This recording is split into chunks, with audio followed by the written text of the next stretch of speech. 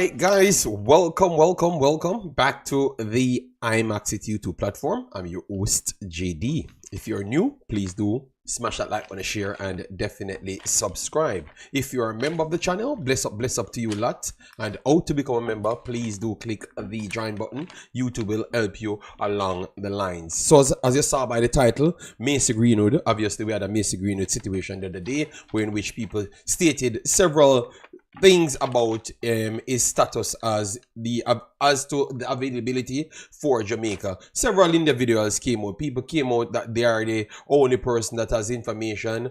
Then JFF, additional JFF individuals come out, talk all sorts of stories, twist up themselves, and then now you have the media backlashed on said individual. All right, so we wanted to touch on that, but also we have a lot of games coming up, so I wanted to talk about them so you guys get to watch those players, because as what I have said before, football is very much important, and that is my main interest here. All right, aside from that, I don't really care about nothing else when it comes down to Jamaica, just about the pretty much Reggae Boyz football team and just football in general. All right, so we have to keep it football. Some of the games them start in 1:30, which is about an hour from now, so that's why I've decided that I'm going to start a little bit early. As you saw, I'm doing some complete decoration in the studio area, so when it's done, it's going to look completely different. So kind of stop a little before starting back the work. So yeah,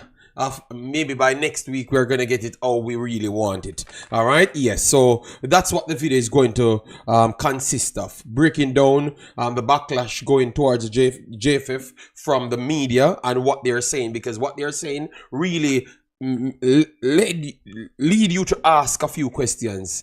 What is the future for the Reggae Boyz and how it's going to look at a certain point? You understand me? So that's what we want to talk on. So what I'm going to do, I'm going to start with the games, because the games will be coming very soon. So hope you guys are okay with that. But before we even get to that, let me big up anyone that's here, because I know it's very early. I don't expect to see a soul here. All right, yes, so we saw property for sale here already. We saw Christopher Wisdom and we saw Lamar Williams. Oh my God, big up to all of you lovely people. All right, because even if it was 2 persons here, I would have completed my video, and then you guys have to rewatch it and curse me out, say I'm doing videos when you're sleeping. Yes, blood, we have to do it when we have the time. All right, Sean Answer in the house, big up yourself, thanks for being here. And for the other additional 3 videos that we said we're gonna do, the installments, the 5 installments, to get the money to support the academies. Yes, we are going to still do that, but we're going to wait until next week. I don't think this is the video that I should be doing it on. So check out next week when we are doing the content cracks early in the morning. Next week we're going to do 3 more installments of that. All right, yes, so massive respect for all the individuals that supported those programs. All right, so let me slip over to the detailing screen so we can chop up things. All right, so this is what we have here in England, because majority of the players that we will be watching, they are playing in England. All right, they are playing in England. So let we talk about it. All right, in the Premier League, the only player that we're going to be having that I would say could just play for Jamaica tomorrow would be Omari Hutchinson. Omari Hutchinson is having a very good season for Ipswich. So Ipswich Town, they are going to be taking on Liverpool here, and that's going to be 4 o'clock my time. I think it should be 10 o'clock Jamaica's time, and close to that time in and around America's region. All right, yes, so Omari Hutchinson, I do believe that he has really stepped up a different gear. Yes, I'm going to give my predictions for it. All right, yes, I think it's going to be tough for them, but they play a good brand of football and they create chances. So if they could be a little bit more defensively stable, they could be a problem team, because I think their offense, based off creativity, especially from the midfield third. They are looking even better than some top teams, some top teams that people says that they should be winning the Premier League. Ipswich looking better than them with their creativity. I'm not going to call any name, all right? Big up yourself, Mr. Dre. Thanks for being here. Nitro in the building. Oh, Lord. Big up yourself. Thanks for being here. I have not called any name. I have not said anything. All right. But Ipswich, they are creating good chances. All right. Yes, Dillap is a true talent. And Hutchinson is one of their better players based off even creativity this year. I think he has made a big leap, which you would put him in the 98th percentile type of quality creators that Jamaica can have. So before we could always go for the Mason Greenwood and Liam Bailey's, his creativity is in the same ballpark of both of those guys. He has really taken that big leap. So Omari Hutchinson, big up to you. Keep on doing your thing. But even though I've said all of that, I think the extreme pressure of Liverpool will get the better of them, and they're going to be at Anfield, so it's going to be tough. All right, it's going to be tough for them to get a result, but don't be surprised if they score goals and it turns out to be a tough time for Liverpool, because they do create a lot of chances, which is the Ipswich team. You saw City scored 6 on them, but they had like 4 or 5 chances. All right. Yeah, they are a problem team, people. All right. Yes. So I would say I am going with Liverpool winning this one. I want to say 3-1. Yeah, I'm going to stick with 3-1 because sometimes Liverpool will create a lot of chances, but yet still don't finish off their chances. All right. Yes. So I'm going to say 3-1. Let me know your thoughts if you're rewatching it. Yes. What will be your scoreline right there? Bournemouth Forest. This is a very good clash because you're looking at two teams that you never expected none of them to be this good this season. All right. Some people would say Nuno gets team playing very good. At least Bournemouth shouldn't have been this good so fast. All right, as you saw, Forest is in 3rd spot and Bournemouth is in 7th spot, which is impressive. All right, very good game matchup. At home, Bournemouth is pretty much deadly. You saw them turn over all the big dogs. All right, you saw them turn over all the big dogs. So is it going to be a next big dogs killer this time, which is Forest? I want to say that I think Bournemouth is going to beat them at home. Yes, Bournemouth is a problem. All right. Yes, I think Bournemouth beating them 2-1. All right. You saw Clivert, little son, really turning it on, and I think he's going to have another very good game today. Yeah. This is his breakout season. Remember when he just came over, people talking about, oh, you know, he's just another Netherlands guy. He's not going to do anything. His father's name is living off. Well, I'm telling you, he's one of the best creative players in the entire league this year. So I hope that you guys give him his flowers, showcasing that education of football is always vital. Once you can match the physicality or find a way to evade the physicality, you're going to dominate. And Clivert is pretty much dominating games against the big teams. All right. Yes, your big teams. All right. JD, if Man City can dust them out, they will be lightweight for Liverpool. Oh my God. All right. Hear the ego of the Liverpool fans. All right. So I'm picking Bournemouth in this one, closer to a draw. Saw that Bournemouth is actually favorites coming in based off what they have done at home. I think that's why the book is doing things like that. Brighton, Everton, very good game. I think it's going to be a tight game as well. Definitely Brighton would be the favorite, but Everton will stall them out. I would go with a draw in this one. Let me know.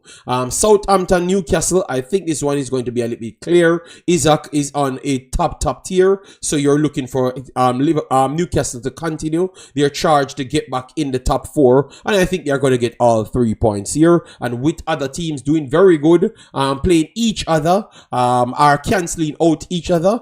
This game will be vital for Newcastle to inch themselves closer to the top 4, if not put themselves straight into the top 4. Because if they do win and Chelsea and Man City draw, they could, based on the scoreline, they could put themselves back into the 4th position. So today, Chelsea playing City. it is a perfect opportunity for you to go out there and stamp your mark on Southampton right there. And I think that they're going to do so. I see Isaac getting a goal and an assist, 2 goals contribution in this game at least. All right. Yes, they can be a trouble team in Southampton, but I don't think they have the talent to keep up with majority of these bigger level teams. They start off very good, die down as it goes. Wolves Arsenal. All right. Wolves Arsenal.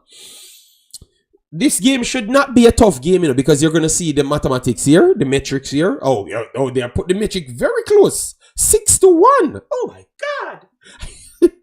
I thought I was the eater. But clearly, I know what I'm talking about, people. It is going to be a tough game for Arsenal. The reason why I said it's going to be a tougher game than what people think it's going to be, it's an next team that keeps the football.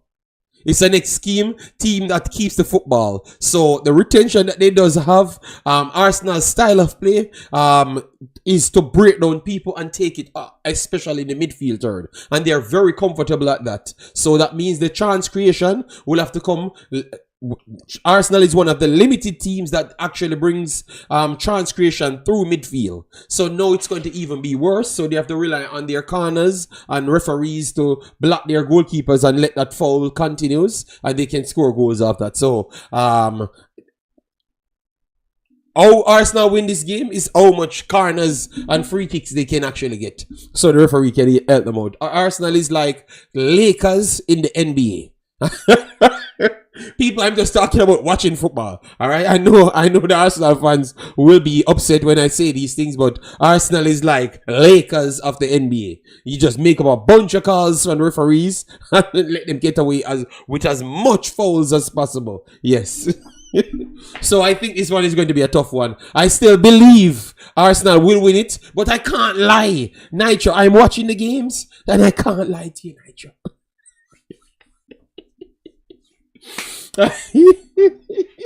Alright, guys, let me know if I've said anything wrong. Alright, yes, let me know if I've said anything wrong.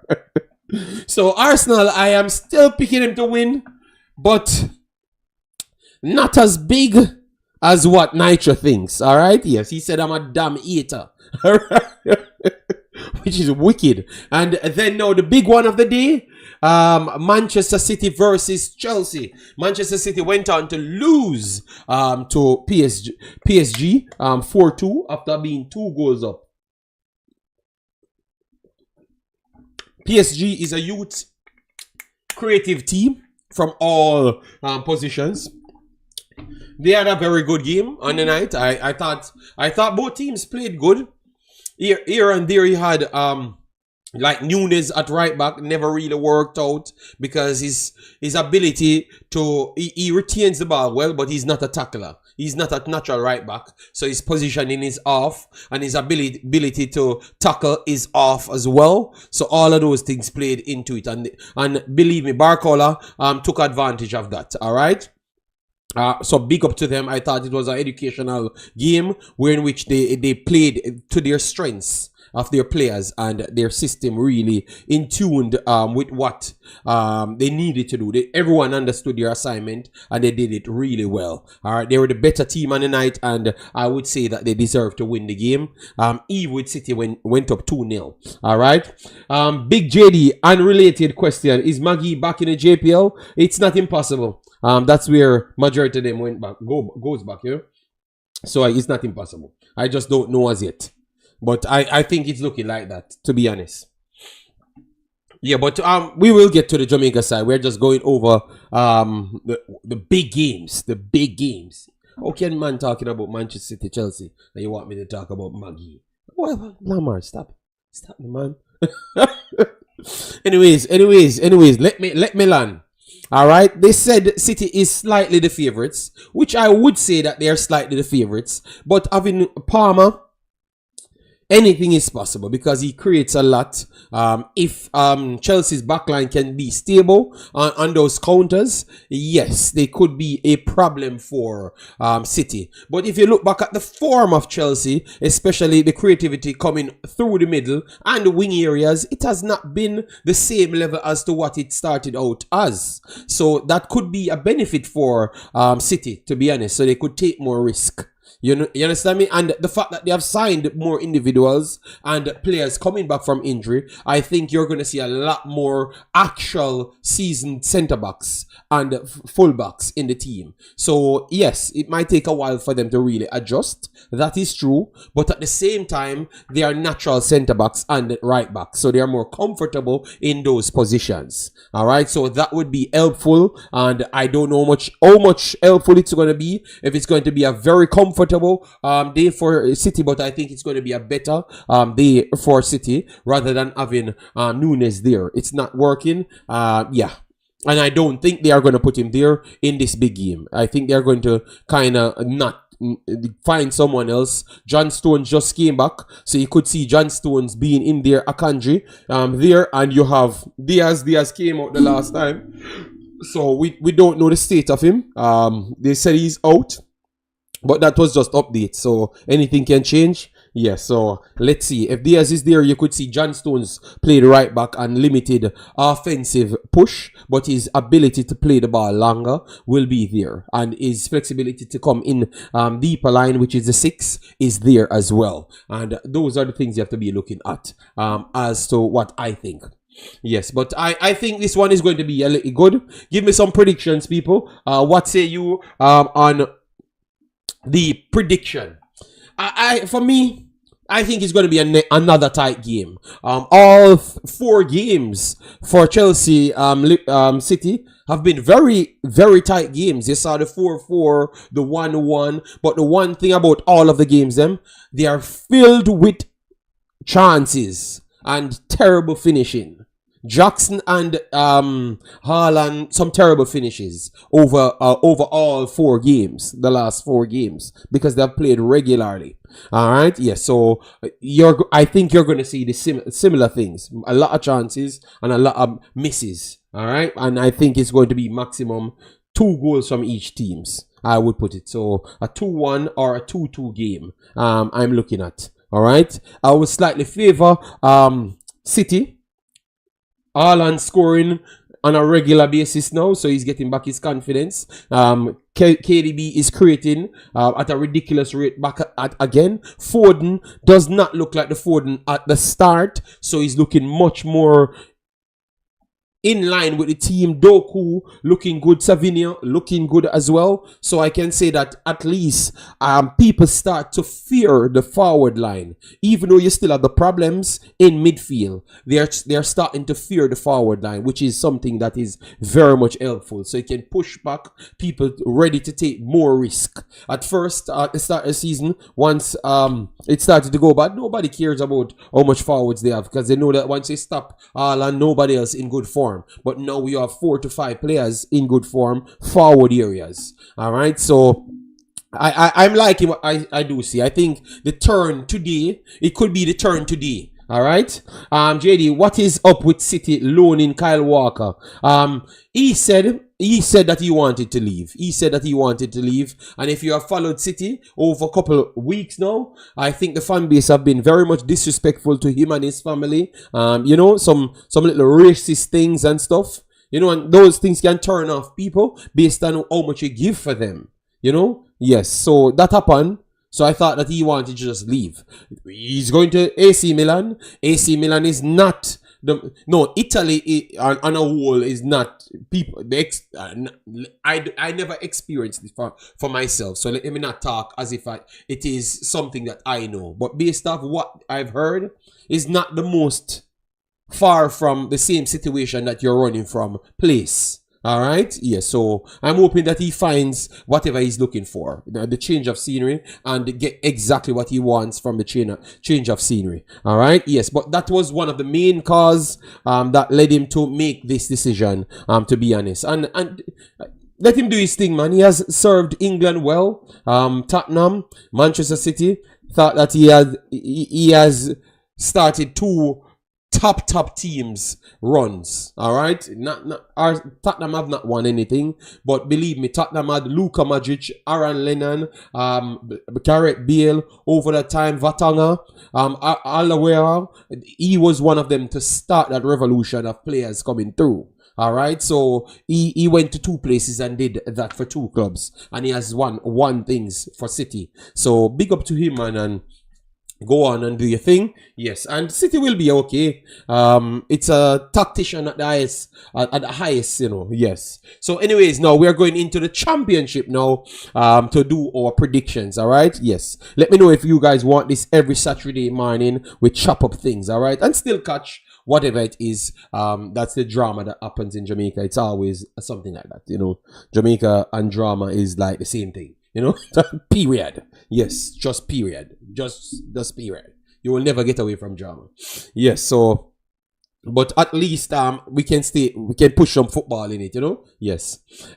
Kyle Walker, yeah man. I think sometimes you get the reality check that you're still black, you know. it's sad to say, but sometimes you get the reality check that you're still black, and some people are still kind of, you know, some people are still racist in this world, you know.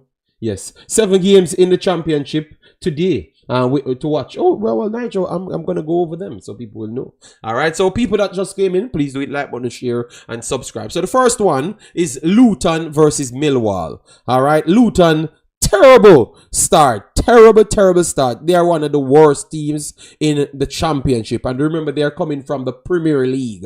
So that is very, very bad. That is extremely bad situation to put yourself in. All right. Yes, they had some injuries from last season in the Premier League. But I think at the level of players that you had, you should have started off much better. You saw teams like Sheffield Wednesday that finished pretty much the last set of games to survive. You saw that they are on 38 if you're looking here, trying to push for a automatical spot. All right. Yes, and you came straight back down and you're just dropping down like you want to go down to League One. All right. So they are playing Millwall, and as you saw, Millwall is already on 31 points right there. Yes, with a game in hand. All right. Yes. So that's how much better they are doing than Luton. They are still giving Luton the edge. I think it's going to be a very good game, close game. Yes, I think it's going to be more of a draw rather than Luton getting any win. I think they're going to get a draw from this game, maybe 1-1. And Millwall still looking like the better team on the day. All right, yes. So I'm going for a draw there. Let me know your thoughts right there. Norwich, Swansea. That would definitely be in favor of Norwich there. Yes, and I totally expect them to push on. It's going to be tough for them to go straight into the playoffs area because a lot of good teams came down from the Premier League. And as you saw here, Sheffield United, Leeds still there, Burnley dropped down and they're still there. So West Brom is still in and around. Watford was good from last year. So it's going to be tough for them to get straight back in it. But they are going to always be a bogey team that can hurt anyone on any given day. All right. I think that Norwich will win this one comfortable. Swansea in 15th spot, 34 points so far. All right. Norwich, it will try to get the 3 points to go on 39, and I think that they're going to fully get that one. Stoke versus Oxford. Oxford was one of the teams came up from League One, and they came through the playoffs. All right, not automatical qualification spots, and they are doing ridiculously good. Never expected them to be nothing like this, and to be honest, it is one of the Reggae Boyz them keep pushing them. I can't believe what I'm saying. It is actually one of the Reggae Boyz them pushing the actual quality in play, which is our boy Greg Lay. All right. Yes, he's definitely showcasing that he might just be the best possible centre back yeah, my left back for Jamaica. And as you saw here, the game will be starting in 40 minutes. And he's back to his starting, one of the higher rated fullbacks them, period, in the team. Alright, so Greg Lee, big up yourself. Every time people try to put you down, you have found a way how to just rise back to that top level. So big up to Greg Lee. Yes, Greg Lee. Back at it, people. Let me know your thoughts in the comment section. If you just come in, remember to hit the like button, share, and subscribe. All right? Yes. 1 second. Let me share this. All right. And we're gonna do 2 hours, but we are going to do the 2 hours naturally. Okay, because that will go straight throughout the 1:30 games and stop before the 4 o'clock games. Yeah, because I really want to sit down and take in all of those games, and then after I will go back and check some of the others. All right, so don't worry yourself. We're getting all information live. Okay. Yeah, 1 second. Let me get this over here. Yeah, Lay is a star. Yeah, I think he has really put himself in the starting block. If you had watched them last year, he was not one of the main starters. All right, he was not one of the main starters. Don't know if it was the system or what, but they never really favored him. Yeah, but this year he plays the left midfield side and also the left back side. And to be honest, he's one of the main players. And I think today they are going up against a seasoned team in Stoke. Yeah. But I think that this is a next game that will showcase where they are. Stoke is below them, couple points. Well, I think that they do show up themselves today and be counted and keep on pushing up the top. I think they actually get the win today. They are going to actually get the win today and put them on 38. All right, 38. Let me see their goal difference. They have conceded way more than what they are scoring. So even on 38, they are not going to be jumping any spots as yet. All right. Yes, so they might still go up to 11th based on calculation, but they can't jump over none of the others because their goal difference ain't that good. So they need to start build on the goal difference at this point.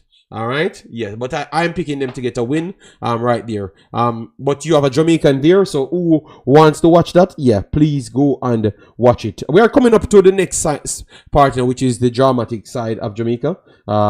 We're going to get there, but let's give us the time. Let me just go through our thing right here. Yes. All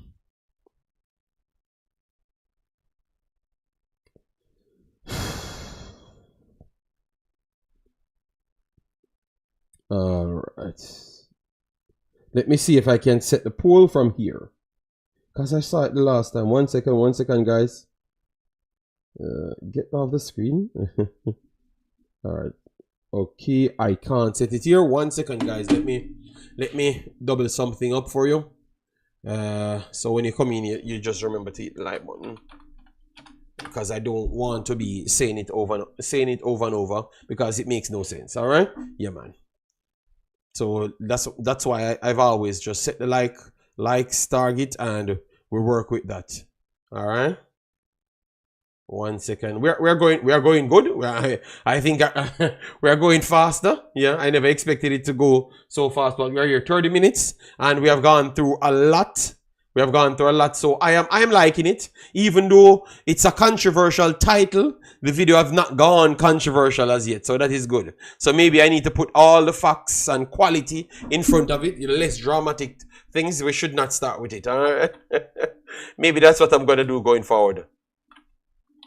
Yeah, left the drama until the back page. Yeah. All right. So that should be good now. That should be good enough. All right. Yeah, man. So let me close that down and we continue. All right. Yes. Big up, big boss. So Bristol Blackburn. All right. Bristol Blackburn in 6th position continued. They're very good form, and Bristol in 9th. So this is a toss up, but I'm going to go with Blackburn taking this one 2-1. All right. Yes. Derby Cardiff. Slightly easier for me. Even though both of them are down there, as you could see right here, both of them down there, but slightly easier for me. I like what I'm seeing from Derby a lot more than Cardiff, and I actually think that they're going to leapfrog them today with a win. Coventry, Watford. So we have Jamaicans on this, or a Jamaican on it now, but you have potential Jamaicans on it as well. Rich Star, big up yourself, thanks for being here. So you have potential Jamaicans on it as well. Alright, Latibod here is the normal Jamaican that you would say he's on it. Yeah. But you have Sims and those guys that can play for Jamaica. Yeah. So it's always good to watch it. If you're Canadian, you can watch them because you have Canadian on it as well. You have a lot of other country players on it as well. So it's always good to watch these games. But obviously, this was served for Jamaica Reggae Boyz. Yeah, so Coventry is not having the best season, to be honest. But Watford looks a little bit solid, a little bit more solid. And I think that's how the result will go, based off what I saw from Watford. I think that they're going to be one fighting for actual automatical spot. Maybe not starting off the best for them as yet, as you saw the big amount of losses there, but I do believe that they are getting it together. So look out for them to run up the table. All right, yes, and I think it does start from today. Get 3 points, go on 44, and then try to get a climb, because these teams up there, some of them will start to get dropped off. Leeds, I think, will keep it together a little bit longer than Sheffield United. Do see Sheffield United have a lot more cracks in their armor there. Yes, so I think as it goes, it's going to wear them down, and they're going to start conceding even more. You get me? Yes. As you saw, it's 21-40 that they have conceded, and they have given up a lot of chances. So I think that they're going to drop off at some point. Blessings, one love. How you doing, man? Massive respect, man. Thanks for being here. Preston Middlesbrough. All right. Oh, 1 second. Preston Middlesbrough. This one, I have not watched them as yet. Yeah. So I have nothing much to say on this one. Obviously, Middlesbrough is way up the table, so you expect them to win. But I have not watched them so much, so I'm not going to comment on that one. But I would hope that Middlesbrough keep it going and keep pressure on the top two, so we can get some little changes here and there and let the season get as exciting as possible. All right, so I'm picking Middlesbrough though, and then we have QPR, and then now we have our boy Deshaun Bernard on this team, Jamal Lowe on this team. Oh, Omar Fowling, big up yourself. Thanks for being here. Massive respect. Believe me, I got to love this channel. It doesn't matter what time, even if I start 9 o'clock my time, people still here. It is amazing because we're here from 12 o'clock, and before we even start, from the loading screen, people here. So we got to respect that, and that's how we say we have to stand for watching our football and give our takes, you know. So Sheffield Wednesday, they are doing very good, and it's down to another Jamaican as well. Anytime Deshaun Bernard is in the starting lineup, there seems to be a way more solid team. Yes, Deshaun Bernard has his ups and downs, which he gets a few cards here and there, even a red card. Yes, so you could say that, yeah, some games you can get a card from him, but I think that he has really stepped up his level and became a full-fledged starter as a championship player. Full-fledged, like he's one of the best defenders in the championship, period. So that means he's at that level now. So we don't know when he's going to push to the Premier League level, but I would not be surprised if someone takes a chance on him to put him back in a Premier League level. So that is very good. I would like to see translate to Jamaica a lot more. And I don't think it's based on his performances, because he has way more good performances than bad performances for Jamaica. But we seems to have, which we are going to touch on that, which is the main part of the title. We have some selective memory, you know, and I think it's on purpose. You get me? It's full on purpose. Yes, but one of the best defenders in the championship, and they are trying to force themselves in a playoff spot, to be honest. All right, they are at 11 now, and they are playing 10th place. And based off what I'm seeing, I think that they are looking slightly better than QPR. All right, yes, especially of late. So maybe they can translate it over in this game. But I'm still looking at a draw because I think that I want to see more finishing from them. So Jamal Lowe should be one of those individuals that can impact the finishing area. I thought that he was injured the last time. Yeah. So that is something that I need to check on. Yeah, hopefully he could get back ready if it's a injury and add to his goal scoring. All right, because once they can add that to it, the defense is very, very solid. Very, very solid, that can push them places. So I would love Jamalo to really kick on, because this team is looking like a borderline playoff team from a relegation team, which is impressive, and that is solely down on a few signings. You can say Jamalo add to it. Deshaun Bernard is one of the key reasons why they have turned that around. So tells you that you have players that you can build on if you actually watch football. All right, yes. Big up yourself, Omar. Falling said, we stay on business on this platform. I love it. Massive respect, Omar. Yeah, man. So I think I'm gonna get a draw in this one. I'm not gonna go for a win for Sheffield because it's away, but I think they're steady in their ships. Yeah, I like it. Sunderland Plymouth is the next hard one for me to gauge. I did watch Sunderland a few times. Plymouth, I have not watched them so much, but definitely they are way down at the bottom. So I want to think that Sunderland, being so far up, will want to keep pace and should actually keep pace. All right, so I'm going to just go based off what I saw from Sunderland, that they should have the advantage. They said it's a 12-1 on the betting odds, so even them think it's going to be a very far gap. I will try to watch this one to give you my take on it. And then we have West Brom versus Portsmouth here. West Brom would be the slight favorites. Yet last year they were pushing to qualify to the Premier League and kind of got stalled. Their coach, my in-law called me and said that the coach left to go back to Spain. Yeah, because my mom's house is literally in this area, which you guys should know that. Yeah. So they do support West Brom, yeah, and Aston Villa, yeah. So they are going through a lot of things. So and they are keeping results at least close. So I'm expecting them to try and keep pace with the top here. So I'm going for a win for West Brom. A win for West Brom right here. We're down to League One now, people. League One. We have a good amount of players here as well. So it goes to show you how much players Jamaica do have to choose from. Cambridge. This game will be starting soon in 30 minutes. Cambridge.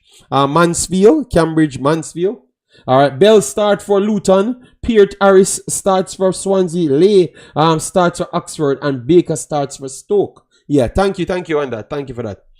All right, so we have Mansfield, Cambridge. Mansfield will be the one that has the advantage here. All right, yeah.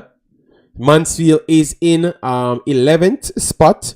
Cambridge is last place. All right. Blessings, Imaxit. Congrats on being crowned the king of Concacaf.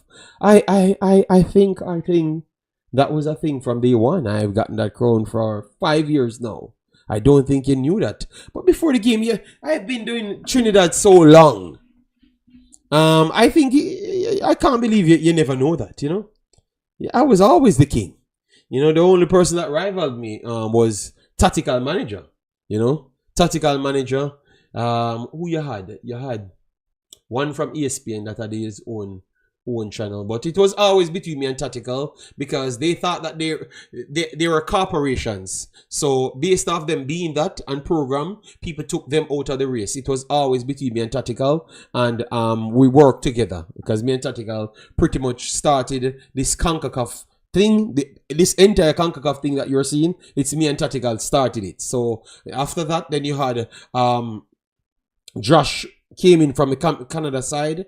Then you had my boy from Costa Rica came in. Then we had two guys, a journalist from Mexico came in. Then we had 11 Yanks and those others start to come in. But when me and Tactical started, it was a sole corporations. And then you'll have like the Simon Prestons them from Jamaica, but they only talk about Jamaica. So it was not really in the same ballpark as to what we were doing. You get me? Yes. And even now, they still only talk about Jamaica. So it's not in the ballpark as to what we were doing. So we are always ranked way, way higher than everybody else, you know? Yeah. So that's why we were the king, blood. We worked for it. All right. Before the game, we were not given anything. We don't seek for anything given to us. We work for it, blood. Yes. Barnsley, our next good game to watch, 4 o'clock. Our next good game. So we'll put our years in, you know, before the game. We'll put our years in now, you know. I know that we see people that pop up every day. Yeah, respect to everybody that pop up, yeah. But you should be grateful because we are here working for every sub back then. You know, now it's available for you guys. So if you are doing good, be grateful, man. And, you know, you can't want overnight success because it might not stay with you, you know? Yeah. You have to work and keep on building your platforms. Barnsley, Stevenage. Barnsley is on a better run, blood. Better run. Barnsley is on a better run. As you saw here, Barnsley 42 points. 42 points. Stevenage way down on 31, and I think that is exactly how it's going to fare today. We're going to look and see our players, John Russell, putting in a next year's performance. I think John Russell, I was reading 2 articles, how the coach spoke of him. I want to bring that to the space. Because this was a player that I heard the propaganda team, because once the JFF says some things inside, they use the propaganda team to try to spew it out to the public. So the propaganda team, what they were using is, oh, he's slow and this and that and all sort of thing. I'm going to bring the paper, what the actual educated football coaches talk about the player. You understand me? And what he had said before, because the problem is people talk about a turn without doing any research. This player was always struggling between what Chelsea offers to what League One is. League One is always a more physical league with less technical sides to it, but definitely it's drawing closer now. But it's still built on physicality. That's why one of our main players came from Jamaica, and nobody see him as anything popular, anything great.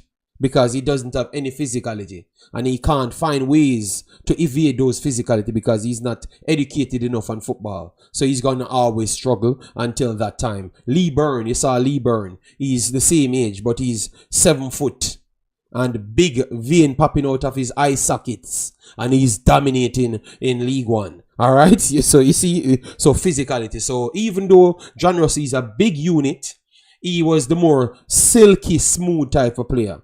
The touch and move. The best pass ever happened for Jamaica for the last 4 years is a pass from him in Mexico. One of the best pass. You hear people talk about the pass that Maggie gave against Costa Rica and the one turn and all of those stuff. The best pass ever for the last 4 years is actually John Russell. He's that type of silky smooth character.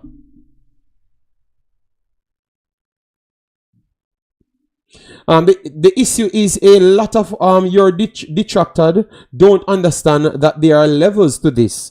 We also see it in their evaluation of players. Yes, man, of course. But Rich Toy, remember, it makes me bigger, I know.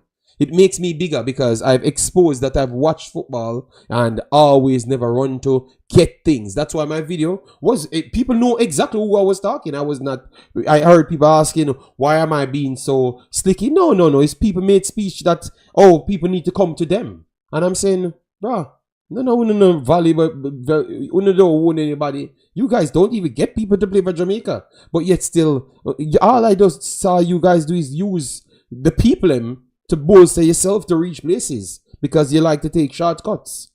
But I just stand for myself, man. That's who I am, man. You know, I'm saw January them come here and bun me out. Yeah, but I don't play hypocrite games. Just straight up say it as it is. You like it or not, because the truth should be out there. You know, yeah.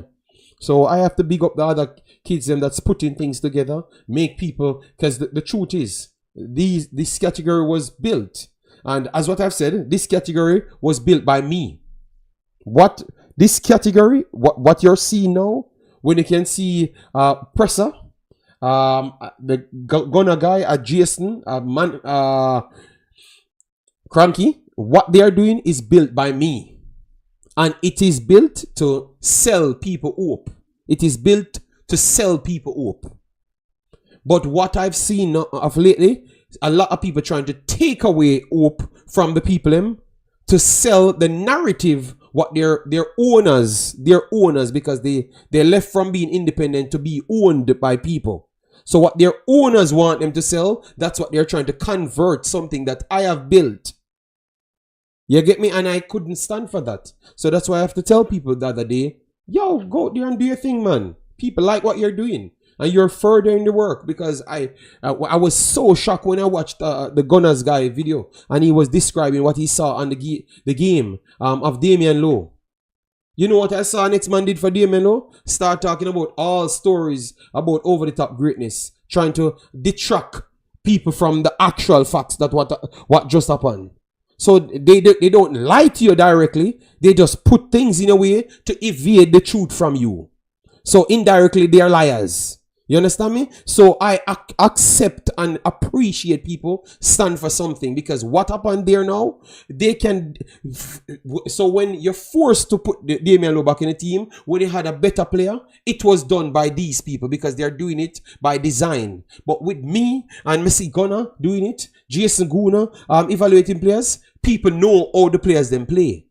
You get me? So I will always support those things, because that's what Jamaica is lacking, the truth. You get me? And that's where my program will lead to, because I heard Maverick and I heard a lot of people talking about the Macy Green situation. Not just the paperwork that's coming through, but how accepting they are. And you when I'm repeating certain things that I've heard them said, you're laughing. But I just love life, because everything that I said here and you guys said it was in my head, I am hearing it now directly. All right? Yes. They only watch football with feelings and not metrics. But Rajman, I don't think a lot of them watch football. That's why they try to force themselves in position without doing anything. Because they don't watch the football. If you listen to them talk, they don't actually watch the football. That's why they want power position over people. Because they want to be lazy but still maintain the power. And for me, the reason why I've been this successful in this space over and over, because every young person, Gunners them watching football, GSM watching football, I am watching football the same level as them, if not more. So I am still hungry, because it's something that I am passionate about, and I have educated myself on it. And education. The next thing is what I think I've heard always in this space. A man have a degree in a drowning. Just use an excuse, in a drowning, and then he wants to translate it and say he's brighter than the next person that has the degree in football. No, it doesn't translate. Doctors does not turn up and be football coaches and be the good one. All right? Stop it. Let people do their thing and spend your time to actually get qualified. So if you want to talk on football and you want to only base it off education and qualification, don't use because you have a droning license, a droning certificate to come in football. It is called manipulation. That is condescending behavior, all right? Because it doesn't mean you have nothing or you have any sense. It is just you trying to act like you're better than other people and don't have nothing different than the man that doesn't have anything at all, all right? What you just said is why yes, I know before the game, and that's why I'm putting it out for make people understand. Yeah. Because remember, before the game, people dubbed me as the most hardest person to deal with, because I have not been in any WhatsApp group. I don't want to click up with anybody. I just want to stick, and people call me and talk to me, and I told them that I am not talking about nothing that are football related until I come on my screen, because I respect my audience so much. I want to tell them that exactly the same time as to, oh, you are going to know it. And there are YouTubers. They can come here. DNA can say the same thing. J. Saguna can say the same thing. Every one of them. I don't talk about what I want to say about football until I come here. You get me? Yeah, man. Yeah, man. We take it personal, man. Football, You get me? It does seem that a lot of people watch football as fans and is incapable to analyze what they are looking at. Yes, but before the game, a lot of them people are inside Jamaica. They are in position. And that's what makes it so terrible. Because they are the ones making decisions or influencing decisions, and they don't know nothing. Nothing at all. Remember, I'm here before the game, and I have like 4 to 5 players. I don't know if it's flat out bias, but you had a time when these same people saying that King is better than Pinnock. People that is in position, I don't know if it's flat out bias. They were saying that, and I had to call them up and say, bro, are you watching football? And then I had to bring down football in terms to them. And then people see for themselves. These are the madness. I've seen best 11 teams. People pick best 11 teams. Jamaica versus USA. And I saw people putting Mariappa over Premier League Rame at the time. Team Rame at the time. And I'm saying this has to be bias or just not watching football. A best 11. I have to go back to it and show you. So it's either... It shocks me because that either tells me that you're not educated to football clearly, or you're just fighting for a naive audience and you want to keep the audience naive, so that means you can do less work and get maximum reward. And I've always believed that a lot of people want to do less work and have maximum reward, so they kind of try to keep the audience dumb at all times. I've always believed that. And that's why I've always brought information to the people, because I wanted them to know the truth, so it forced others to do more work. Yes, that straight up. That's I've always believed that. Yeah. Don't change the region. Don't change the region. Need informed independence voice. Yes, I before the game, a lot of times I want to stop, but this is what keeps pushing me, because yeah. I think Gunner's presser and that woman that make, but I think it was that, and I've never talked on that, and that was one of the reasons why I never really said anything presser again, because I was saying that, like, what I was confused, like, what is the reason, what is the purpose, and all of those stuff, yeah.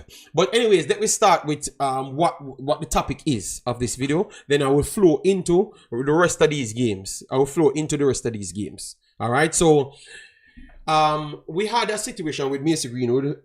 Several articles came out and said that he got the final set of papers to switch his allegiance to Jamaica. We don't know how true it is. And I can promise you, I have seen several other instances that the JFF doesn't know anything, and I come and tell you guys here before they know it. Over the last 2 years, you guys can attest to this. I came here and told you things 20 times, if not 30 times, and they don't know until after they found out on my channel here. So it's not an organization that is reliable, that is organized worldwide standard. It is a Jamaican level standard. Straight up. It is nothing else. So I don't know why these propagandas acting like they are this big time organized people. It's lie. It is flat out lie. All right. So this article or this information coming out could still be true. It could still be true, and it doesn't reach them as yet. And based off what I've researched over the last 2 to 3 days, 2 of the representatives out of the JFF come in saying the opposite things. You get me? Come in saying the opposite things. So it tells you it could still be true, and we don't know. You understand me? So the best thing is we just wait and see. And that's all I said in my video, it may be true. It may be true because I saw so much people posting it. That's why I've said that, Yes, because, yeah. So that's why. We saw Colin, massive respect. Thanks for the super chat. Big up yourself. Thanks for being here. Then we have Wunun in the house. Yeah, man. Everyone that's coming on, big up, big up, big up. So for me, I will just wait and see. But anyways, after that article came out, it's spazzing out time. It was spazzing out time after that article came out. It was spazzing out time after that article came out because people started, after that time, people start come out and people start looking notoriety as if they are the arbiter of only truth and only standard. Yeah. Which they are actually working for the worst organization in the entire country. You understand me? That has no standard or never had any standard. Yes, so that makes no sense. But anyways, after that, let me move on from those individuals to the other persons that is influencing the rest of the country. So let me start with, I listened with my eyes. I don't trust the words of people that lie so much. Thank you very much, Wunwun. And that's why I just give an opinion on something. All right, because even the same video I've said that based off what they're saying on the date, I don't think he gets through, because if we have games from March, and why would you skip the March games to go for the June games? Is Jonathan Rowe also a target? I don't know, William Lee. Let me tell you this. What I believe, I think JFF has no target for nobody. Let me say it here.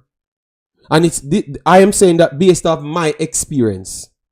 I don't think they are looking for nobody. The coach goes out there and implement what the feeling that he gets in the meetings. And you should have learned that from day one. When he came in, he was saying something completely different as to what he said after. When they said, come on, let me go and pick the team. When the president said that. And then when he comes out, it's a different song he's singing, because the first song he was singing was based off the conversation that he had with Mr. Al Grimson. And then the next song he sang, the next song sheet that he did his thing off was solely based on what they told him after. That's why he came out starting to talk about U14, what Cavaliers doing and how good the locals are and all of those things. It was, you could hear it in his voice. And he was not 100% on it, because he realized that his credibility is on the line. And most of these coaches coming to Jamaica would realize very soon that their credibility is on the line. So they are not going to be getting much jobs if they listen to people that is beneath them in terms of coaching experience and actual quality. You get me? Because what they have figured out very fast, these people are using their credentials to put themselves in position. That's what they're realizing very fast. And I thought that's exactly what Mr. Algrimson wanted to say, based off what I have read through all the articles and the facial expression he gave us from a long time. I've always gotten that. All right. Happy New Year, Mr. Minister Nashan. How you doing, man? Hope all is well. Conrad in the house. Yes, the JFF is the most unprofessional organization. Yes, and until they can become a better organization, you can't be disrespecting other normal people that you don't know anything about. No. Anyways, no. So let me go into it now. So we heard Maverick.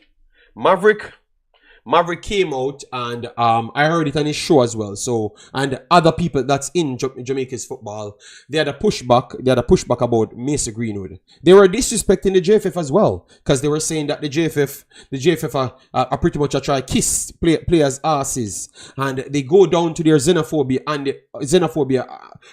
and their egotistic mentality, because all of them shared what Maverick came on with, saying that why we are run behind players, you know, why we are run behind players, even though we know that he's really good, we're not supposed to run behind nobody. At Jamaica, this Greenwood for one to play for Jamaica, and that is the standard should go forward. And then they finished on a point to say that it should be a balance, and the fact that you're going to say it's no, but it's not Maverick alone.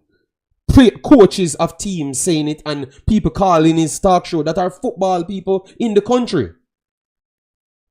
They are football people, so he's taking talks from them, you know. He's taking talks from them, and I'm saying two things that he said is extremely wrong. You cannot just put anybody on a football field and say because you need to keep it as a balance. And you saying it is to keep it as a balance, you're already trying to take away the nationality of, not nationality, but the birthright of Andre Blake, Liam Bailey, Damian Lowe. Those are all Jamaican borns, you know. But what he's trying to force to say that local players play with more vibes, more aggression. But playing with more aggression doesn't mean you have more sense. It doesn't mean you have more knowledge. It doesn't mean you have more nothing at all. It just means that you're just playing with more aggression. So what happens if the others are more educated on said matter so they could control their aggression, so they know when to put that burst out, so they can survive longer at a higher pace. So are we thinking before we talk? Are we thinking before we talk? Because if you're going to come on public radio, say these things, and people of footballing intelligence would be agreeing with this mad statement.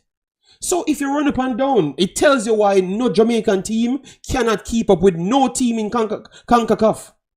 That's why they get 6 and 7 every time they go up against the United States, and 10. You know why? Because it's education. The ball is going to move faster than any player. So you run up and down because you're big and full and dunce.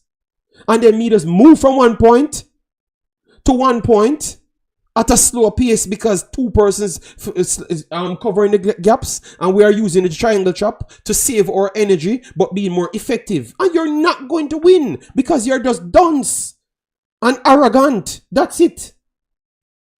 It is just, when I hear these people talk, I'm saying, Jesus God, the confidence level of being so uneducated on something is impressive. It's impressive because nothing what he just said made sense. Nothing whatsoever. Before the game can come here as a coach and tell you that. It makes no sense. Another coach is there signing up with him. I'm saying, Jesus God.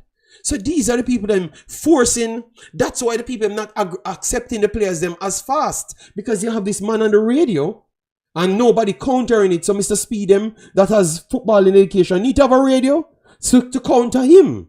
They need to have somebody to counter him. You know, this aggression talk is nonsense. It's not even true. And even if it was aggression without technique and intelligence, get you nowhere. But we know. And I think people in Jamaica coaching Mr. Speed know that as well.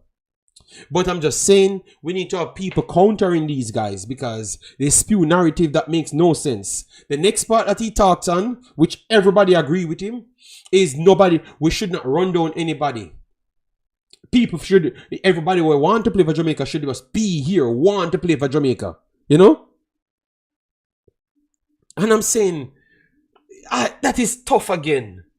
Because not saying that Jamaica is not this, no, not saying Jamaica ain't special, because I think everywhere is equally special to me. It's just your interest in any country. Because if you're born in USA is more special than Jamaica to you. If you're born in Jamaica, Jamaica is more special to you. All right. So all I'm saying is, if every country, I heard Des talks about his experience. Balagan talks about his experience for United States. Then the guy that signed for Mexico, that never even born in Mexico, don't have any parents in Mexico or nothing at all. I've seen over 50 players talked on how they switched to the countries.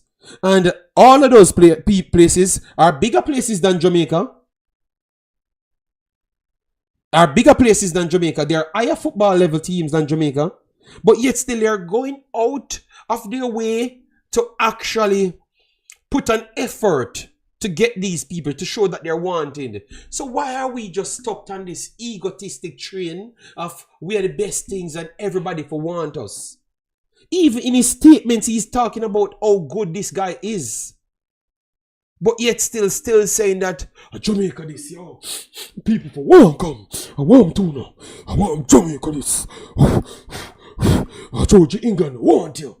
Brother, why we have to take those approaches in life? Come on, man. Come on, man. Or people say nobody will listen to the radio. No. I want to say that people listen to them because they're spreading their virus all about, you know. Most coach will not talk bad about their job or players on the job. The man almost want to go in tears because he must say the JFF a kiss ass, you know, and I run down the man and Ray, we find an ex-youth in Jamaica. You know? So he did not even say, make we use Leon Bailey to his best peak to replicate what Mason Greenwood could do. People would believe that. But we just pick up a next youth in Jamaica. You leave past Leon Bailey, you know. And for some reason, I think that Jamaicans, those Jamaicans in high position, like in the media, don't respect Leon Bailey. They seems to don't like him. Because you're gonna jump left from Leon Bailey that was born here, you know. So that's my point. It seems like once the guys them leave and be okay, it's like we have a problem with people that's successful. That's what I'm getting. These guys have a problem with people that's successful, you know. They have a problem, you know, because I think that is one of the main reasons why they don't like Liam Bailey, you know. He's based off his success because they keep on leaving him alone. The oral chase is just bad mind the Jamaican diaspora. That is why he's a Trump supporter. Oh my God. I can't talk on that. I'm not so educated on that at all. I'm not in America, you know.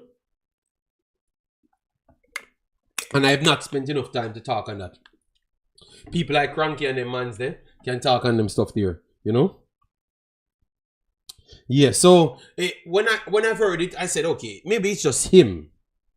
But after that now, I started to listen to around 6 programs and read articles inside Jamaica. And I want to think that every one of them share the same behavior, like similar, not as disrespectful and forthcoming as him, but in similar veins.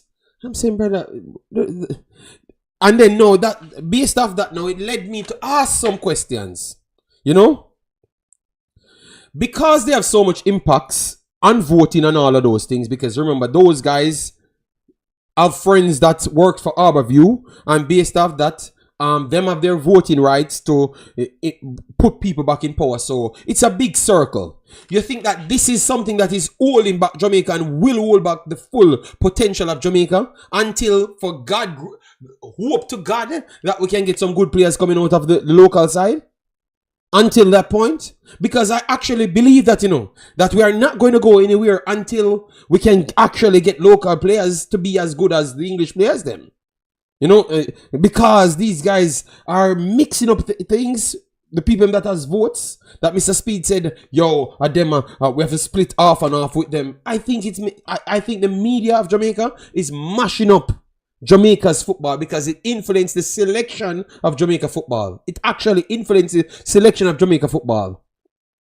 I have seen Whisper literally being talked into Jamaica national team by the media and the push. And even when the coach literally said, the coach's own mouth, he's what everybody wants me to see, you know. So we have to put him on the team. Pretty much. Go back and look at his interview. He literally said that. So the media push certain things and force it because the media is controlled by the people that gives the votes. And based off that, Mr. Speed already said that they have to come to some conclusion that is half and half and come to an understanding and all those stuff. So I think it's a media in cahoots with the people that has the votes, cause holding back Jamaica team. Believe me, it is true because I've been watching a while now, you know, and I'm saying, you know, this is the problem. This is actually the problem. Because the media push what they want, what the voters, the people in the body that has their votes to get whoever federation, the present federation in power. They sell that narrative and it just forced on any coach that comes in. That's why we always have like a extra spot. It's not the media, you know. It's the behind. Yeah, but Mr. Dredd, I'm saying the media is being powered by the behind the people that votes are of the power. They are the ones, Mr. Dredd. So I'm saying the media should be blamed as well because they're selling the propaganda of the people that's in position that want certain things to get pushed. You know, because we see it over and over. And I think in return, it's holding back the country. It's football. You know, and also holding back the country, the young kids, them development as well, because the more money we actually get, is the more infrastructure can go back in the country. Yes. So we have to do better, man. We have to do better, man. JD, look how Jamaicans killing each other. Okay. You're part of the media. I wouldn't say I'm a part of the Jamaican media at all. And I was specific in who I'm talking. The Jamaican media, yes. Kouane said he agrees. Others disagree, but they're saying that it's others behind. JD, the media is owned. A lot of these platforms are the same people with the same connection. But that's what I'm saying. I've learned that now. The problem is I'm not coming out here to just jump on people until I can see some evidence. And based on how long we are here looking, I see that's the problem. You know?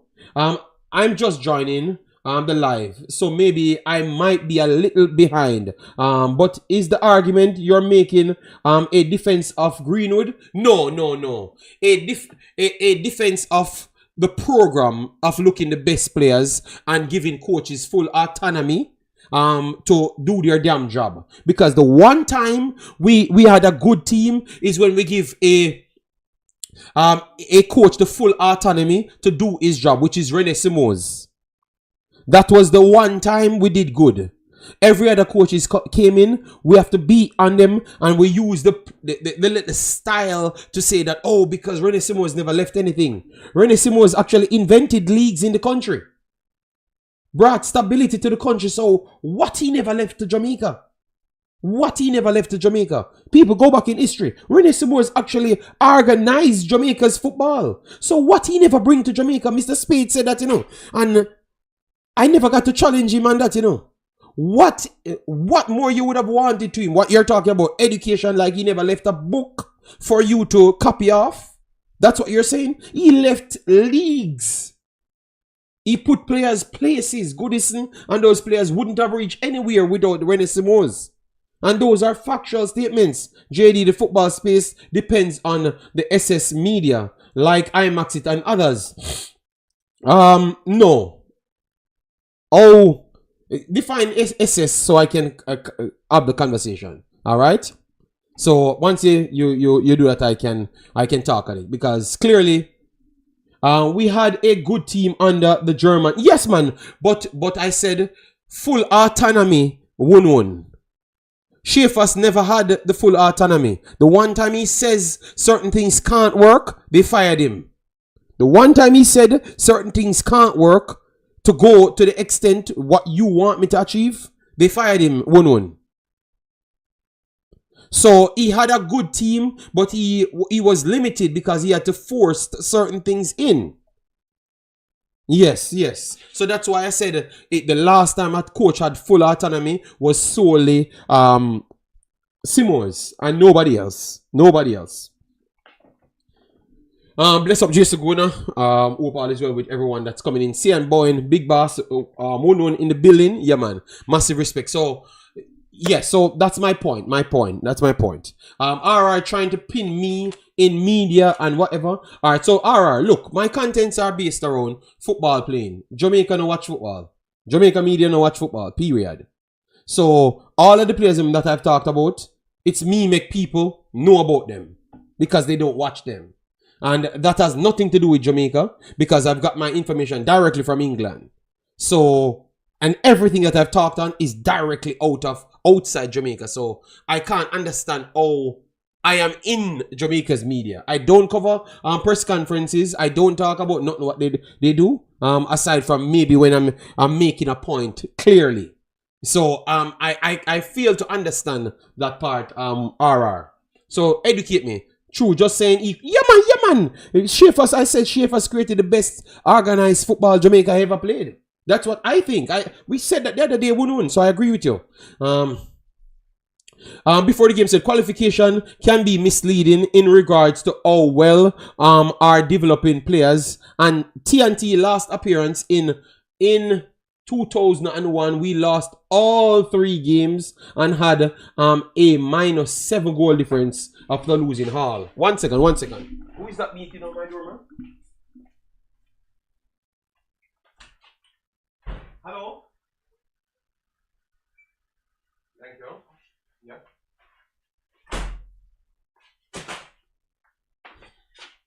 Sorry about that, guys. It was the delivery, man. My lady buy a lot of things, you know, man. Yes. The media we talking is TVJ, RJR. Okay. Well, that's what I was talking on. So okay, the real football fans. Oh, I'm kind of confused when RR talking here because I'm not really getting what he's saying. But for me, I depend on football to be played to survive in what I do. I don't rely on what anything JFF come out with. You know? Yeah. So just football, because my content today is solely on football. We were talking for maybe the first hour. I'm glad that the Arsenal fans them came in late. Don't watch about the video, please. Don't watch about the video. Yes, don't watch about the video from the start. Just take in this conversation. Maybe that's why I click on it for this part. Yeah. Yeah. Okay. Schaefers is the only coach that won in South America with the Jamaica team. Finish the league analysis when you get no, we are gonna do that now. We're gonna do it now because we just wanted to show that this. I have talked on Premier League. So who missed Premier League just missed it, blood. I am not gonna repeat what I've said. It's on record. And you watched the video already. You don't have to go back and watch it again. We don't want 2 views. We don't want double view from the same person. Politics should not be a part of sport, but you might be shocked to find out it's not so. I think it's that is true. Yeah, I'm still laughing on Jason them coming in, Yeah. I'm glad that they weren't here, Yes. But tell you what, later we will find out. I am not going to argue. I am not going to argue with anything, I'm not going to say anything more. I'm going to just leave it as is, But later we will find the games them have to play, The games them have to play. Truth, traditional media lost a lot of substance. Okay. Maybe in Jamaica, but worldwide, I don't think traditional media lost a lot of substance, because what traditional media worldwide does is to remain intelligent. So they figured out what the trend is and put themselves in those boxes. In Jamaica, the reason why they're struggling to come to what is reality is because they want to stay on their egotistic ass and then want to force it to be back the same way. Because when they listen to Oral Tracy, that's what he wants to do. He doesn't want to fit in with the change and use his power to boost it. They want to convert it back, to change it back to what it was, to benefit off it. You get me? Or to dominate, because they don't want to share. That's what CNN is on the big space. A lot of other teams fans seems to be jealous of Arsenal, especially the fans of teams in the bottom half, like the 13th spot. Who is in the 13th spot? Let me look who is in the 13th spot. Wait, what the hell? 13th spot? Manchester United. Jesus God. These guys find ways to start unnecessary fights. Yes, we will. Transition Chelsea going to cause you problem today. Oh my God. All right, so let me get it going. Let me run through the other ones. All right, so League One we're talking about, guys. We talked about the 2 games them, and Cambridge already leading 2-0 after 11 minutes. Bolton or Huddersfield going on, still 0-0, so people can vote on that one. All right, Huddersfield seems to have the edge there. I said Barnsley winning over Stevenage. Rotherham versus Burton. Rotherham, they have been a little bit better this year than last year. Not a little bit better, way better. Because Rotherham, we had Lembekisa there last year and they weren't all that. Yes. So Burton, I am picking them to beat Burton. Burton is rock bottom. Yes. Charlton versus Shrewsbury. That's a good one. That's a good one for Charlton to push themselves forward. Shrewsbury 23rd and Charlton in 10th position on 37 points. So if they do win, they can push themselves up to the playoffs area, which I think that they're trying to go. And I think that they're going to smoke Shrewsbury later. If the light were used to describe football clubs, Arsenal would be a candle, and Manu sun, don't size up. Oh my God. Cousin play for Cambridge. He's in the lineup. Thank you, Machine Man. Massive respect. All right. So Charlton, they are winning today. They are winning today for me. Exeter versus Blackpool.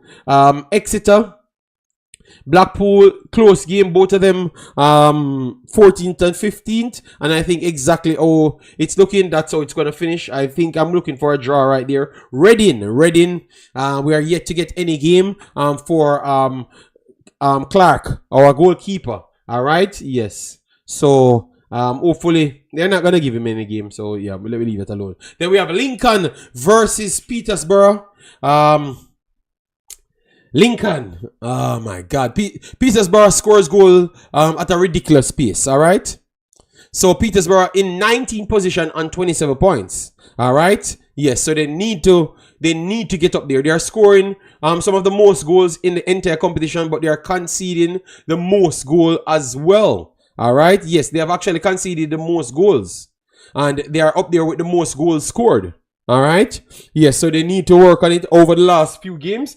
They have worked on not giving up so much big chances. Yes, but we are going to be watching Malik Mothersill in this one. That's also 4 o'clock. Yes. I actually think that they get the win today because they're giving up less chances and still creating slightly more. And I think that Lincoln will give them up a good amount of chances. Their forward line, some of their forward players for Peterborough, they are very good. They are very good. And they are blessed with having players that can go up to the championship level and don't drop off. You know? Yeah. So they need to work on their defending, and I think that they are doing good. All right. Peterborough are S this season. Their coach has been an embarrassment, but you can't say that in a 1-1 because they're scoring more goals than almost everybody else. You understand me?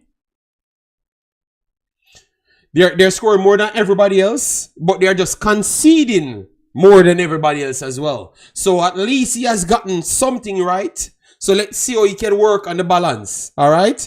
If a one place that will forgive Greenwood for boxing down him a Jamaican.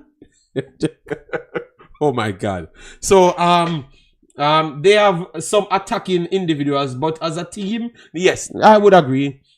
I think the 6s was the problem, and now I've realized that they have changed the shape to two more strikers rather than a 4-3-3. So let's see how it works out because they're looking better over the last few games and they're still creating a lot of chances. So let's see if they can turn their season around. But I think that they're too good in attack to get relegated. Yeah, to get relegated, they're way too good. All right, they're forward lines, and one of the forwards that we're talking about is Mothersill. He's definitely racking up the numbers. So let's see if he can get a goal and an assist going. I am thinking that he might just end up with in all competition close to 30 goals contribution.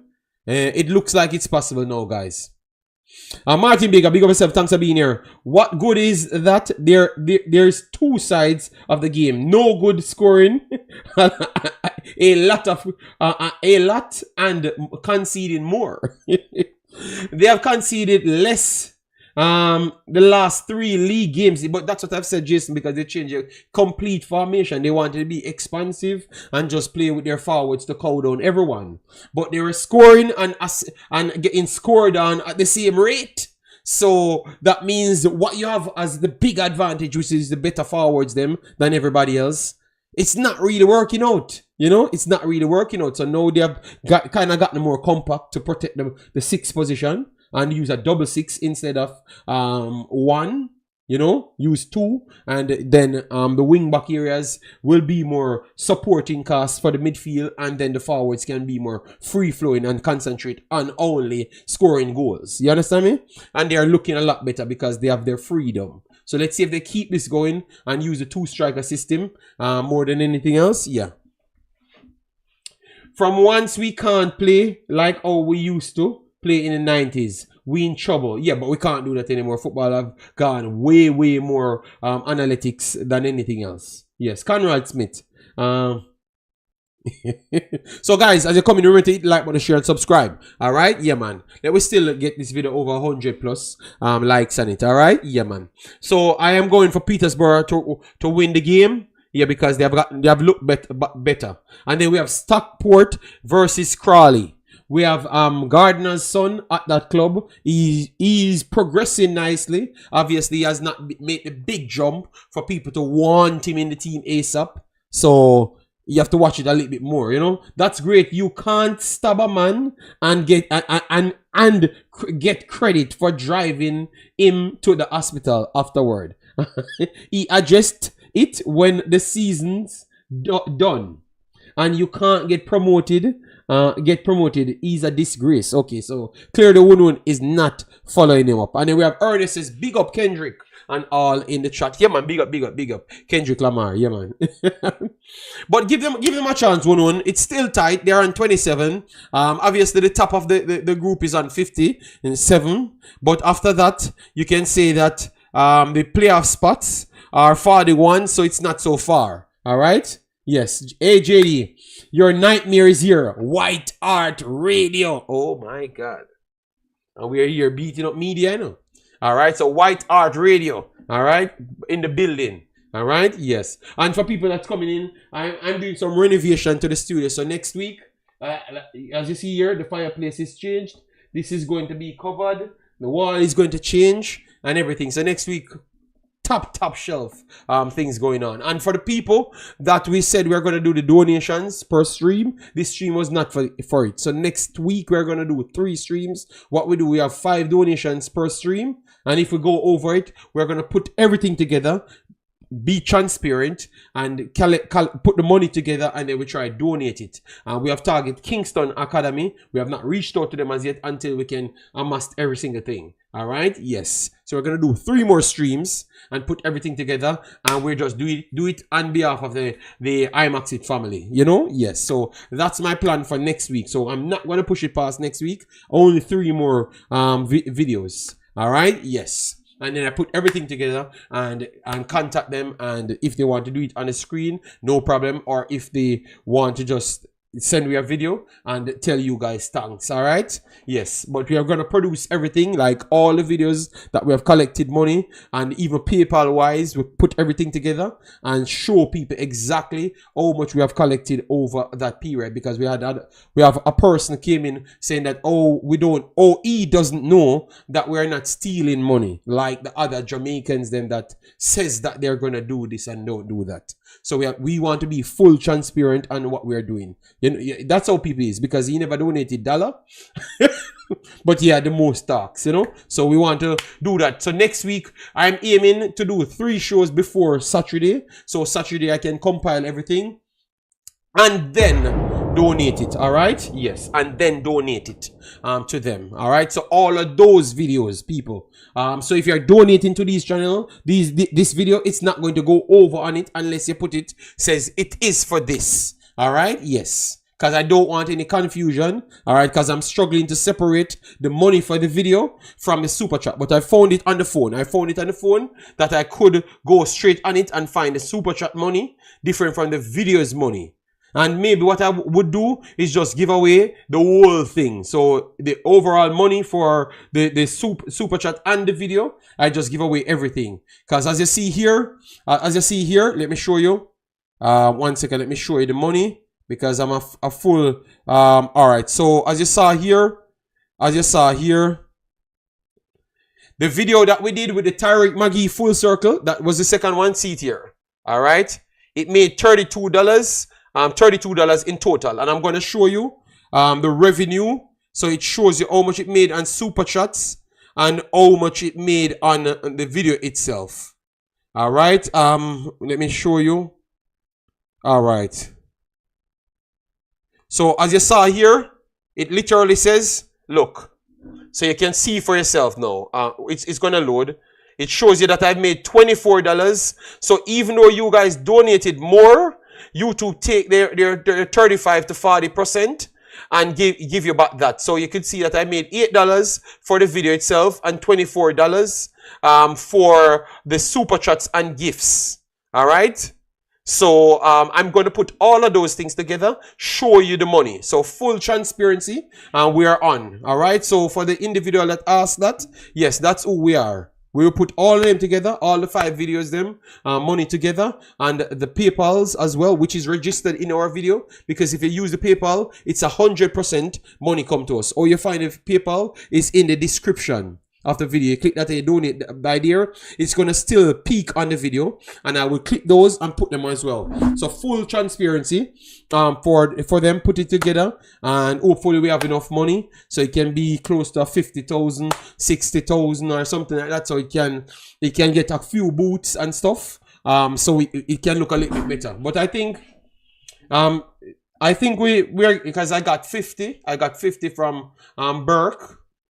And that is a raw 50 to go straight into it, so that can boost it. So that's maybe like at least over $5,000-$7,000 Jamaica. So it's already going up. It's already going up. So we might have around 15,000, 16,000 going up. All right. So we are doing good. Next 3 videos, we put it together and see where it can go. And if we can hit top 50,000, that's supposed to can buy a few boots. So a lot of people would be grateful for that. All right. So that is and that's the only thing I'm going to do for the year as to giving away. It's not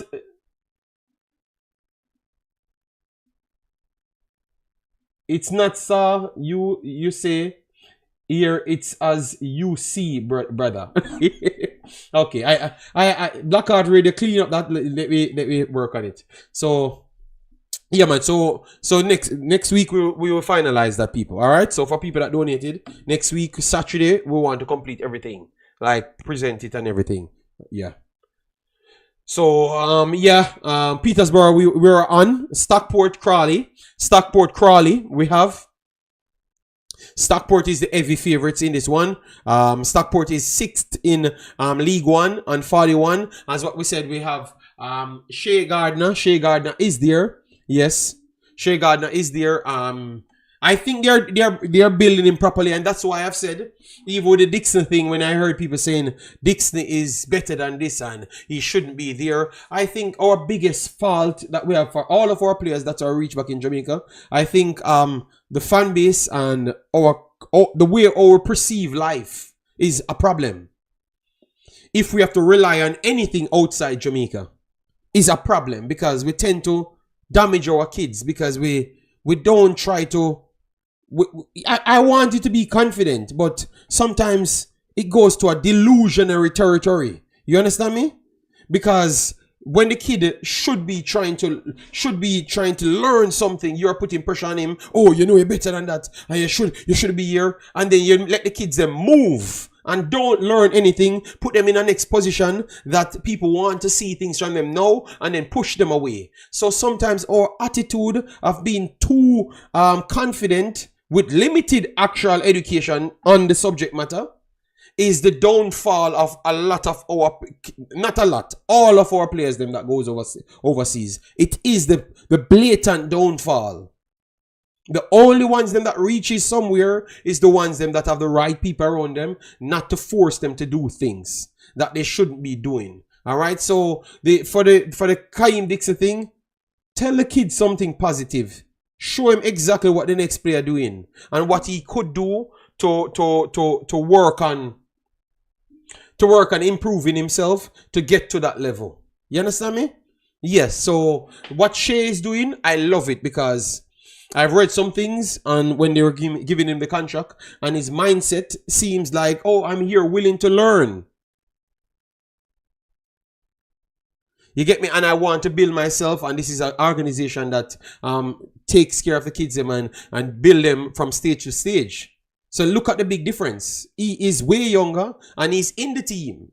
And Dixon, as you guys said, is way better. He scores a few goals here and there at a lower level than Shea.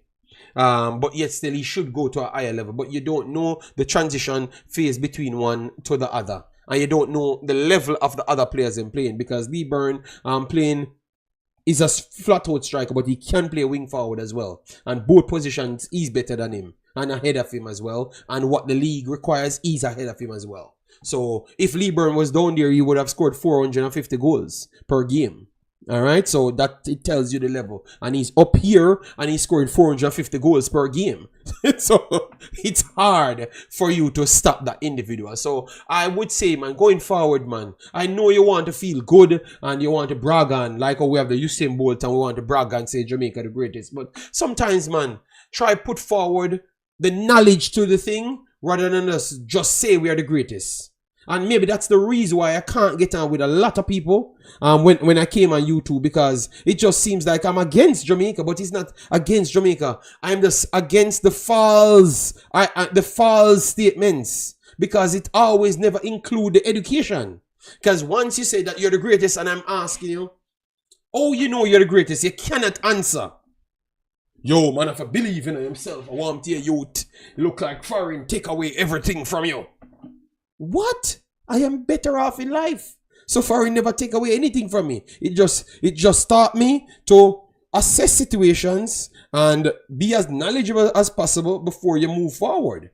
So you're prepared for what you're witnessing, and not just have to rely on Jesus to save you. All right? Because he's not going to help you because you never helped yourself. So foreign actually make me a better person. And you're critiquing me to be a better person in the way I approach life. It is very, very funny, people. It's very funny. And that is my sole problem. That's the problem that they have with me. And that's a problem I have with them as well. Because that is the difference between me and everybody on YouTube. That is the sole difference. So I always come off like I just don't like the attitude of these people, because it's not coming from any educational standpoint. It's just, oh, believe it, no? And you don't show me anything to believe. And the next man over here is kicking the ball 70 miles per hour and running, and everything that seems like it's clicking for them. And I should be over here. Yeah, man, believe, man, at Jamaica, man. I want you. We're going to win. So why I can't just put something out there to make you more educated, so that means you can be more prepared for the task at hand. That's just pretty much me in a nutshell for the whole time here, you know. Would you guys agree that? Would you guys agree with that? That's just me, you know. So I am trying to bring sense, and people trying to fight against the sense. Before the game, as you know, at club in Belgium, like Anderlecht, they are putting players in the first team as early as 16. Dixie is 20. His fans may need to lower expectation and give him a chance, and that's what I was trying to go to before the game. Say it's tough if a man is 16 and achieve the same thing as you. They are not going to force you over them. It's not going to work. I hope Blackheart said, you said, as you saw here, you should have said, as you see here. Okay. No, I get it. Yeah. So that is the next big problem as well before the game. You know? So they can't understand how the hell the next man above him.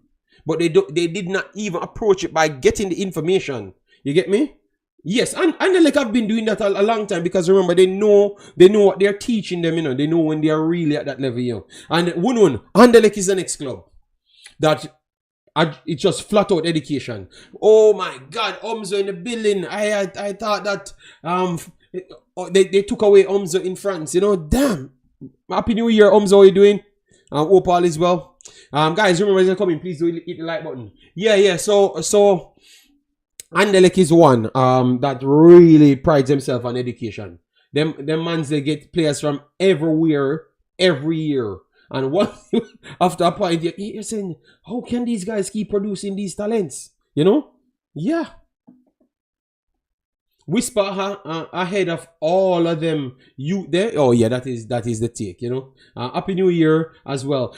Are you going to Wemby's game? Wemby's game is 6 o'clock. You know, 6 o'clock. Yes, Anderlecht is one of the best development places. I think they came second for a lot of years. You know, Portugal. What's it? Porto comes first in the world. So Porto was first. Anderlecht was second. So in the world of development, here, people. In the world of development, Anderlecht was second and Portugal was first. Porto was first. So you see, they don't have the biggest clubs. So, oh, you're telling me that, see, that means education is important. It's not just money and getting every talent that just looks fantastic. You see? Because they don't have the most money, but yet still they are developing the most talents over the last 45 years. So, you see, people, education is important, man. Don't let anyone one fool you. All right? Yeah, Barca is up there, but they weren't as good as for the last 40 years. Barca wasn't as good as Porto. And Anderlecht have brought through a lot of players, you know. Omar, let me type in Anderlecht's best exports over the last 20 years. And you're gonna hear them. Maybe some of them are Barcelona players as well. And you never know that it was Anderlecht brought them through. Alright, so Porto's FC Porto. No, Porto Academy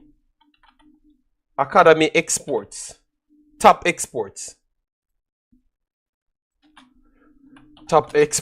So you could hear for yourself, people. All right.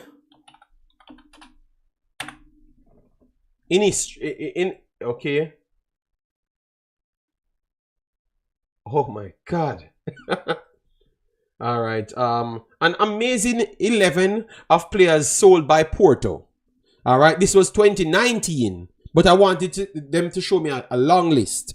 I'm going to try and pull them up here just to get this best 11 from 2019. All right. Best 11. Okay. Some of these guys are a little bit, they came here older. So this is directly from the team itself, but they still brought them through. All right, and some of them are some of the biggest names in football. Yeah. But what I'm going to do, I'm going to do a separate video on that. I'm going to do a separate video on that, people. Where in which I get both Porto's list over the last 20 years and Anderlecht's list over the last 20 years. And the players them that they brought through. And some of the names you're talking about, they are at the clubs them when you know them, but they were actually developed by those two clubs. Anderlecht.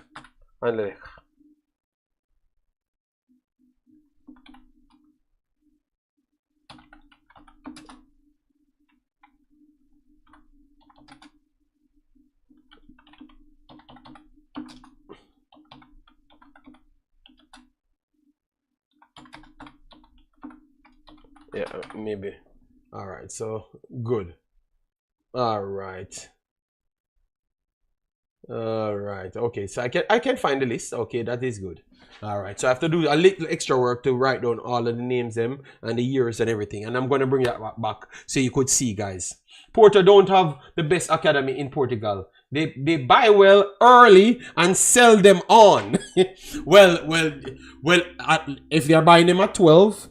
If they're buying them at 12 and then sell them at 16, 17 or 20, they still have some development. I saw Mr. Butler got a player from around 19 and he wants 1 million after. So you can't beat the man to buy the players at 11 and then bring them through to 15 and then they become world beaters and then Barcelona gets them, City gets them, Chelsea gets them, Ajax gets them. You know, right, you can't blame them. That is unfair. Players like Mertens, Lukaku, no man, that is for Anderlecht.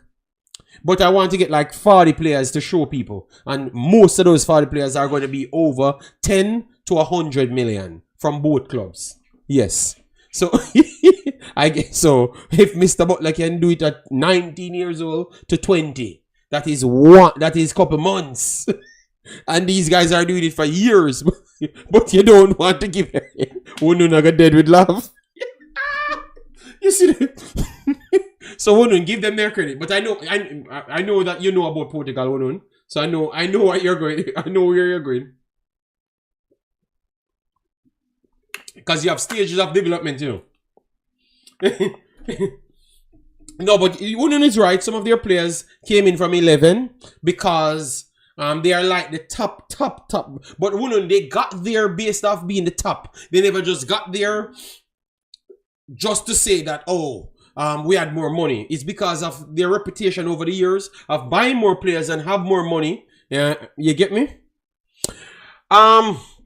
KDB, I think KDB, one check, Kevin De Bruyne, I think it was on Anderlecht as well. Either Ghent or Anderlecht, one of them. Kevin De Bruyne.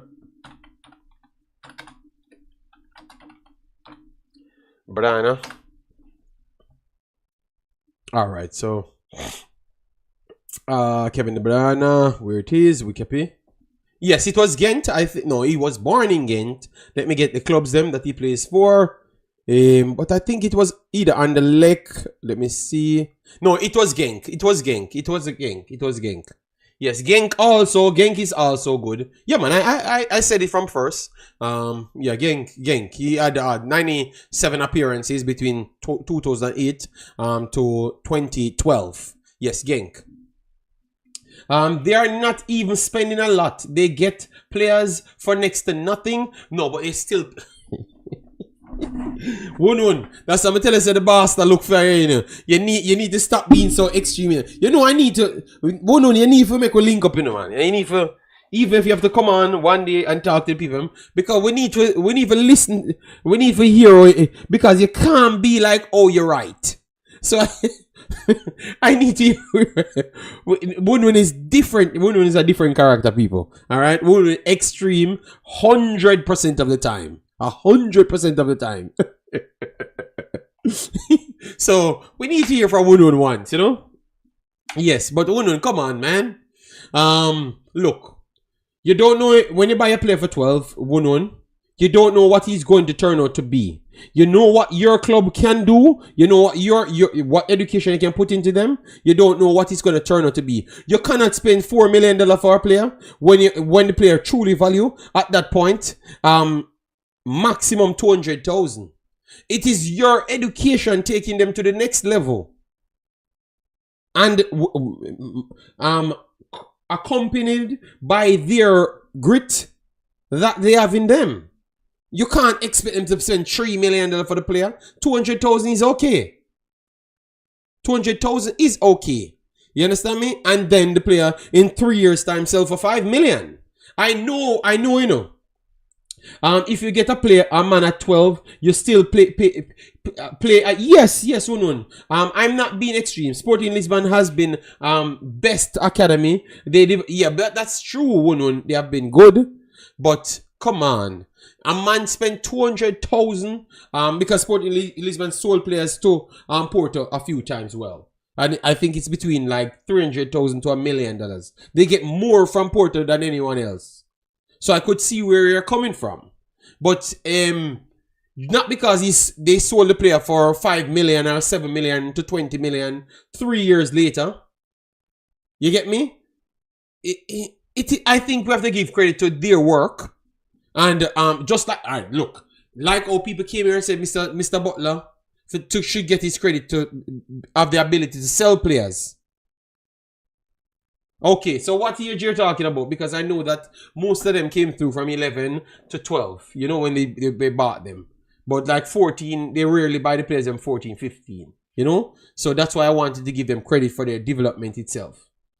And didn't Ronaldo go to Sporting around 10 to 11? Let me check it. Ronaldo. Yeah, CR7.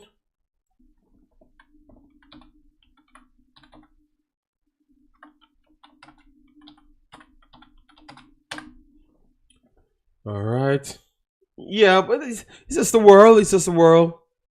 All right. So youth career was Andarina. So 92 to 95, Nacional and Sporting Central. So I'm hoping that Sporting pays Nacional a lot of money and pays Andarina a lot of money. You saw life funny. You saw life funny. One because they had the player years before. He went to Sporting, right? And majority of the developmental fee will go to Sporting.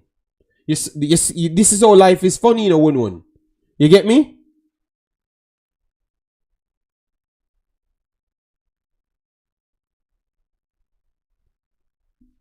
So you see it, one. So you're beating up Porto. And Sporting did one of the biggest jobs like that bought the player. Let me see. Ronaldo is how much years old? All right, Ronaldo is 39. So 39, and they got him in 97. 97, let me see, 97. 97, so Ronaldo was all old at that time. All right, people, do the quick maths. 97, he's 39. All right, so check that for me, please. I'll put it on the screen. So you see it? His club, you know, because he was at Sporting as well, you know. So his club did one of the biggest mercenary type job that he's beating Porto for. All right, because the amount of money they have gotten.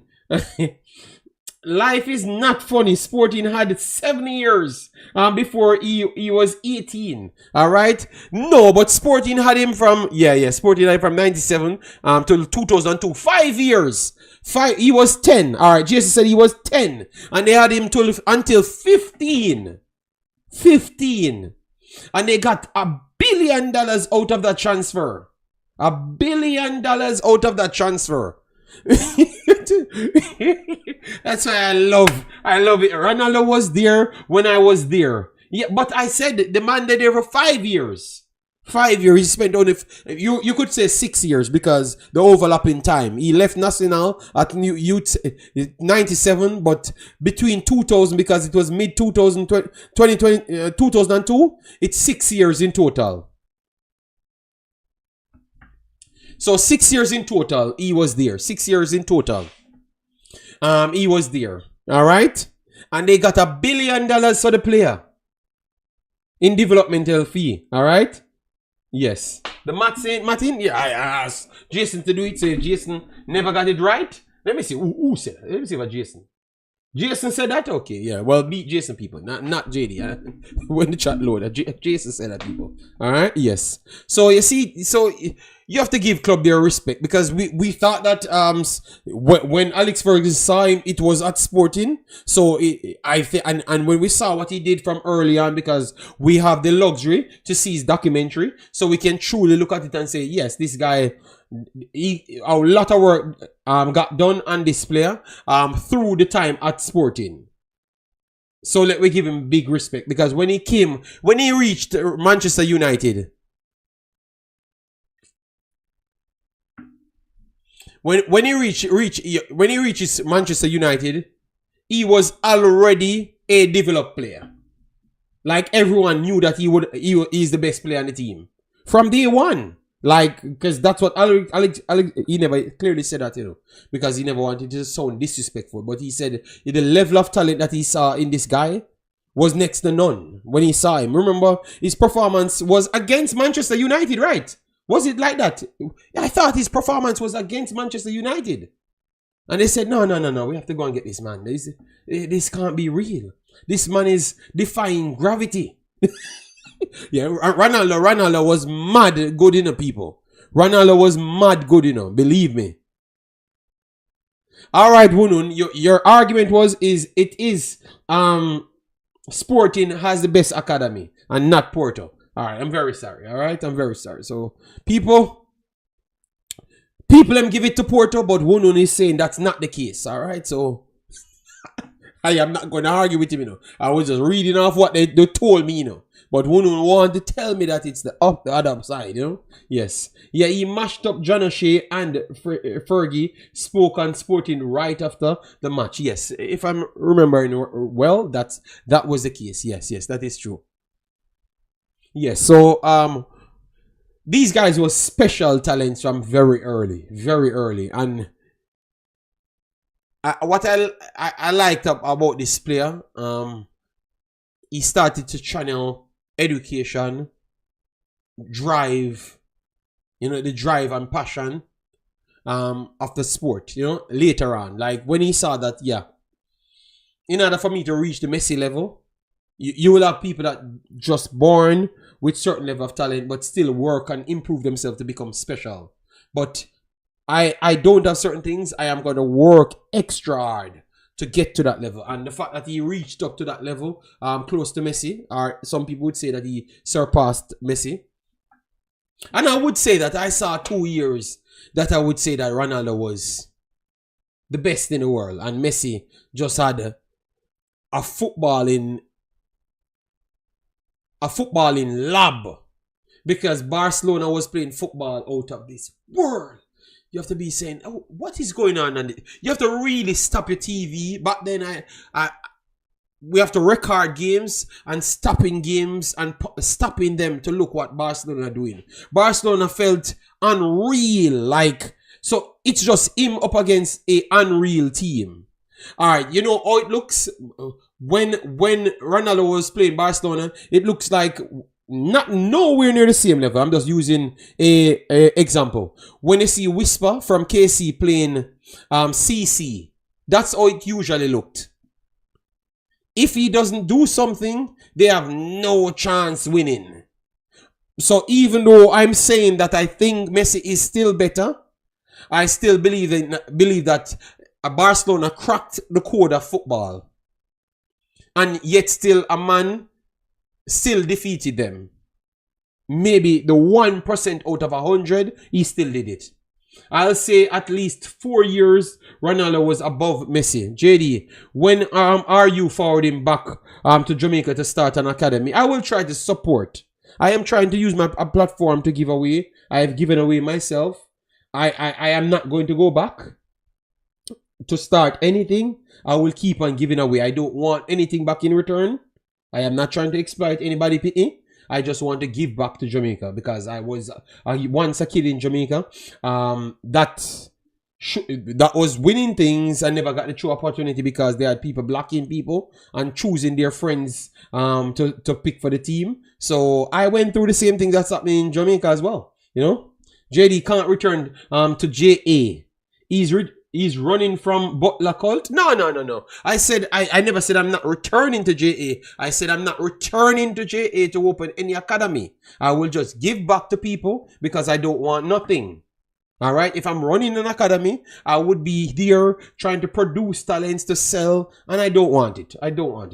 I think people will kill you for those things. In Jamaica, people kill you for everything because the first approach is not education. It's not to learn to be better. It's to envy somebody else. And I'm not going to come there and my knowledge and just waste myself out by anybody kill me for me to help a kid. And because that kid might turn out to be better than yours, because I'm going to use the right fundamentals, you're going to hate me and kill me for it. And I can't get to truly help the kids them. You understand me? So, because they are so corrupted, I've listened to them, you know. Because they are so corrupted, sometimes better just stay from far. And if you can help, you just help. Because Kingston Academy, I really like what they are doing. And every time I talk about Kingston Academy, people beat me. Oh, who want you? I truly like both of them. But I just like organization. People organized. And it seems like they are trying to champion the thing that I want to champion. Or I know the truth is. You know, that's all. And the way they want to fight you every time, I can't bother with that, man. You either kill people a lot of Jamaica or just don't deal with them, and it makes no sense. Why am I going to go there if you said I have to go there to help kids? And it's either I have to kill somebody or I have to be killed. Can't bother with that madness, man. Don't go back. They want to set you up. I laugh out loud. People kill for nothing. Like it's someone looking at them.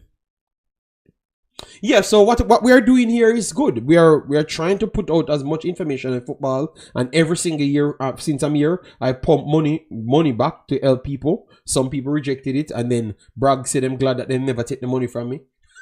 All of them mad this year, you know. But all I just want to see is the football standard try to rise. Sadly, at this point, it might be going up a little bit, but I've seen a lot more people from different countries coming in. So I don't know if it's the Jamaican kids them rising. I don't know if that's the case. Or it's just the other guys that making the teams them look better. You know, I don't know. So I'm going to have to wait a few more years. Then we have Jerome in the building, 876. Jerome 876, if it's the same person, you know, he was here with me from day one, around 5 years ago. You know, yeah, man. Yeah, so big up yourself, Jerome. Thanks for being here. Yeah. So, radio. So if one of you guys can truly get a registered academy, and you're a part of the family, like if radio and those guys get it, we can pump money in it. We can try support it, like and full transparency. We will use the channel to get as much money to pump in it. We can do that. All right, Jerome, same one, yeah, man.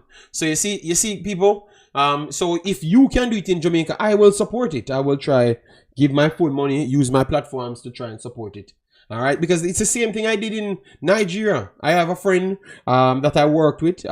He said that they want to put on a competition, and if I can help them out, they wanted trophies and all of those stuffs. And what I did is to build a business for him, like him tell me the whole, he sent me the whole structure, and then tell me what the cost is going to be, and I try to give him as much to start the business, and then pay for the rest of the things them as well. And now they are doing it every year in Nigeria. You understand me? Every year in Nigeria. So I don't want the benefit of nothing. It's alright for people not to want the benefit. I know what you're saying, you know. Maybe you're saying that you want me to put my education to it. But it's not a safe place. Worst off, you're doing it for not money. Because you're not doing it for money, it's not a good thing for me to go there. So me donating, I think, would be the best way. Why donate to an academy that's doing well? Why give to and not doing well? No, but Kingston Academy, they said that they need the fund. I saw them saying that they're taking on kids that their family can't pay for it. So we giving back something to it. They're doing well in terms of how they're developing the players, them, not the money. Not the money that they have. They don't have the money. The people come here and talk to me, and I just believe that that's the direction Jamaica should be going in. Why? These people are hard to please, you know? The people are hard to please, you know? It's the butler affect you Antwerp. Ah, come on, man. Come on, Richard Crawford. They are doing good. They are doing good, and I like their programs. I can stay in Netherlands when they are coming here and go and watch the talents them that they told me that they are using. You understand me? They are developing. I can actually go there on a schedule, not going to work, skip out work, and they said they're going to start 11 o'clock. I can drive to Netherlands and see them playing. So everything what they have said to me, they have never lied to me. Everything that they have put on their website, I can see. So I like it. It looks like they are doing something. It just makes me feel proud to be a Jamaican, you know? I am not hard to please. I'm just asking questions. Okay. Well, I have not heard of anybody else suffering and doing and having these programs like Kingston Academy. I just like it. I like what they're doing. I need to be more educated and more academies. That is true. But let me start somewhere. And I think this is a good place to start. In my opinion, you know. And let me know if you guys agree with me or disagree. All right. And then if you disagree, let me come up with some better solution. Then, all right. And tell me how much money would have been good enough to donate, you know? Yes, so tell me how much money is good enough to donate. Because you are in Jamaica, so you know what the value of things. I don't know the value of things. There, yeah. Oh, yes, you said I disagree, so please educate me. What do you think I should do? You think I should not give to Kingston Academy? And who you think I should give it to? Yeah, no, what we are doing, Umzo, we are doing what we have normally done. But no, it's more not me just taking up money. It's the channel as well getting involved. So based on people getting involved, their takes will be important as well. So Blackheart Radio saying that why we are giving to somebody that's already doing good. Yes, they do have sponsorship for KFC and them stuff there. But remember, they have to go to foreign countries. They have programs, so you have to understand it takes a lot more. So what we're even doing, I can't fill the best gaps. So we're looking to see if we can get a few boots and, you know, those things. That's what I'm looking at. So I don't think it's so, it is, I think they still need it, man. Come on, man. And look, that would be closer to somebody breaking out so they can sell a baller to get more money to pump in their thing. So if you can just get that person over the line, that I think that be a little bit better. You know, just like how we want the Reggae Boyz to win so we can pump up money into the federation so they can build more infrastructure to develop people. So that's how it would have been good to help a kid. get a boots or something because he's a little bit older, so you can sell him to get somebody, get some more funding to keep pushing it. You understand me? So that's why I was looking at it that way. I'm trying to show you my thought process. Yes. There are a small academy in country area that needs help. Okay, but what? But Black Art Radio, White Art Radio. What you need to do is you find those academies, send it to us, and then we can bring them on and we can make people hear them. And then no, it's not up to me how much they're gonna get. It's how much they can convince the people on my platform. But I would always use the platform for that because I've always done that. Some other streamers will have a stroke if you tell them to donate money. No, but all my time here, I've always donated money for everything. For everything Jamaica, you know.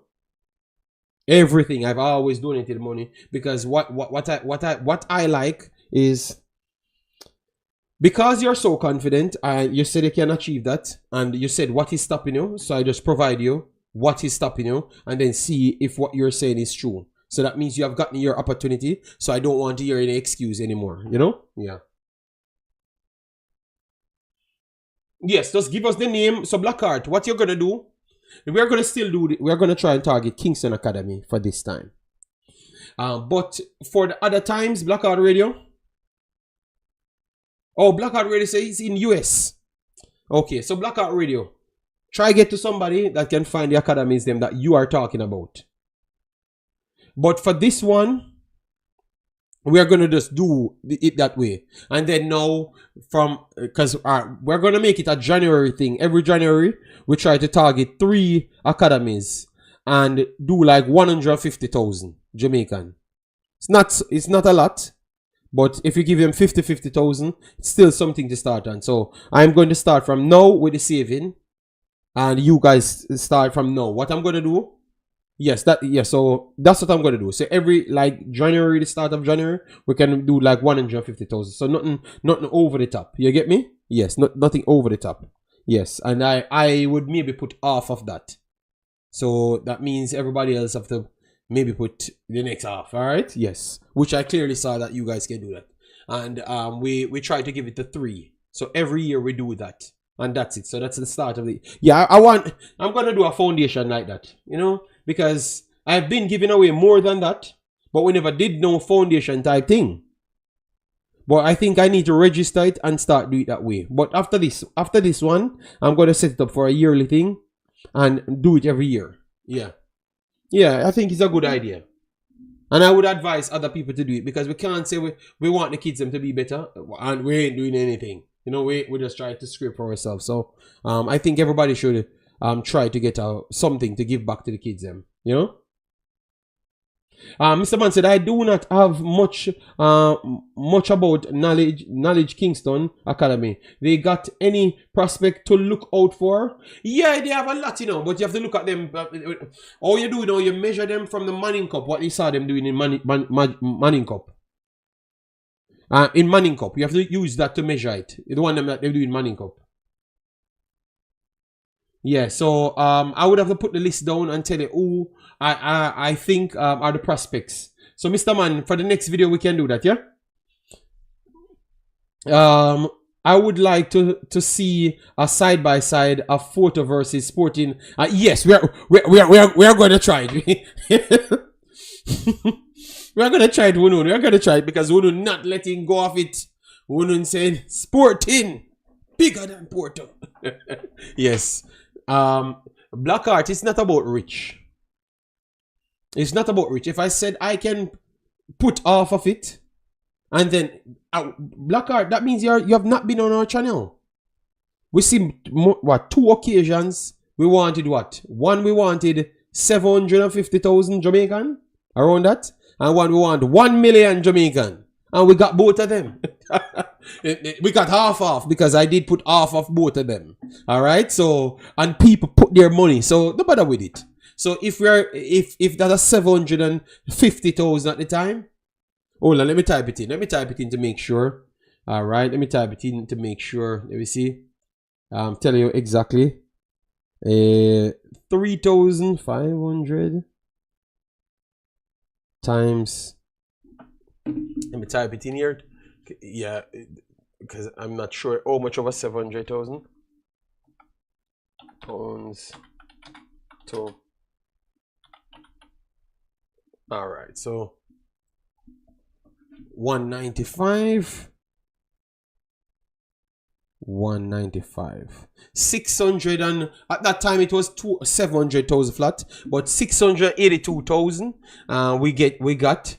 I did put half of it, yeah, but the channel put 300,000, 300,000, and we pay for what? We pay for the academies once, and then the next one was Sky. The next one was Sky, and both of them are the same amount. Both of them was the same, like 700,000, and we did pay for it here. So that means you're not on our channel. We did pay for it, man. And people donated, and nobody never, because people can see what they were doing. They knew what they were. They knew that it was something good, you know, and they could have helped. So that's all. So it's not about rich, yeah. JD, you paid for tickets, yeah, but tickets is not. Tickets like $1,500, so we can buy 20 tickets, and it's not really a big deal. But money, like real money, the $701 million, those are real money. But they no disrespect, but 40 and 50,000 not gonna seem so much as big money. As I have to credit people for putting out so much money, you know, and support me in my endeavors, because it was me telling people to do so, and they did it, you know. Liege, yeah, I don't know who is calling me. Yeah, yes, 700. No, not 700 million. Not God, not 700 million. No, we have not given us. We have not given up 700 million. 700,000 Jamaican, and we wanted twice, and we got 1 million once, and we got 700,000 once. And both of them I did off, and everybody came in, and we did good. And I saw even other instances, people came in for pay for players. And they did a good job. So I want to say that big up to the community.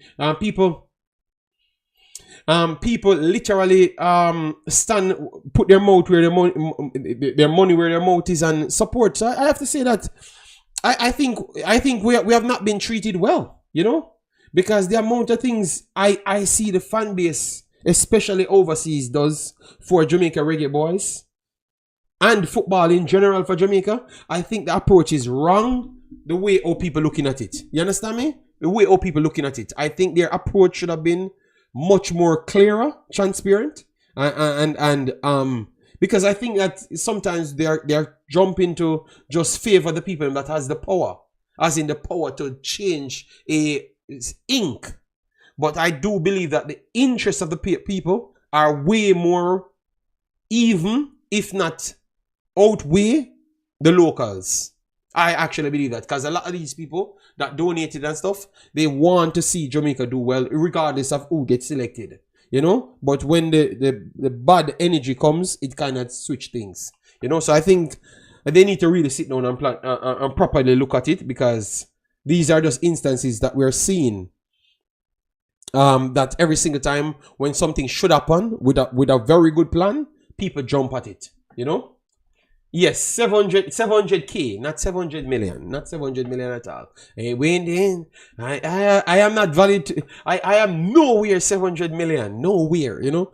But I am wishing that we reach there someday, you know. Maybe somebody see we're doing so good and give we 500 million and say do a little bit better.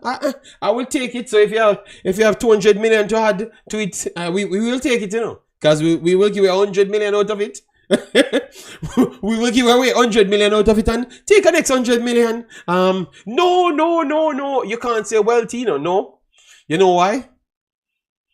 I had the luxury of being in Jamaica and would have wanted education in football to take me to the next level, and couldn't get it. And the biasness of selection and all of those things went against me and a lot of my other friends. Yes, some of my other friends got through, but it's based off who they knew at the time. So if we can make somebody be more educated from an earlier day, because my thing is, you know, I don't care who wants to be better than me, you know. I'm okay. I'm glad. If you become better than me, I am glad. That means I was purposeful. You understand me? So I am glad. So I am always fighting to give somebody the opportunity to do better than me, because I had the feeling to say that I could have done better from earlier if I had the chance to.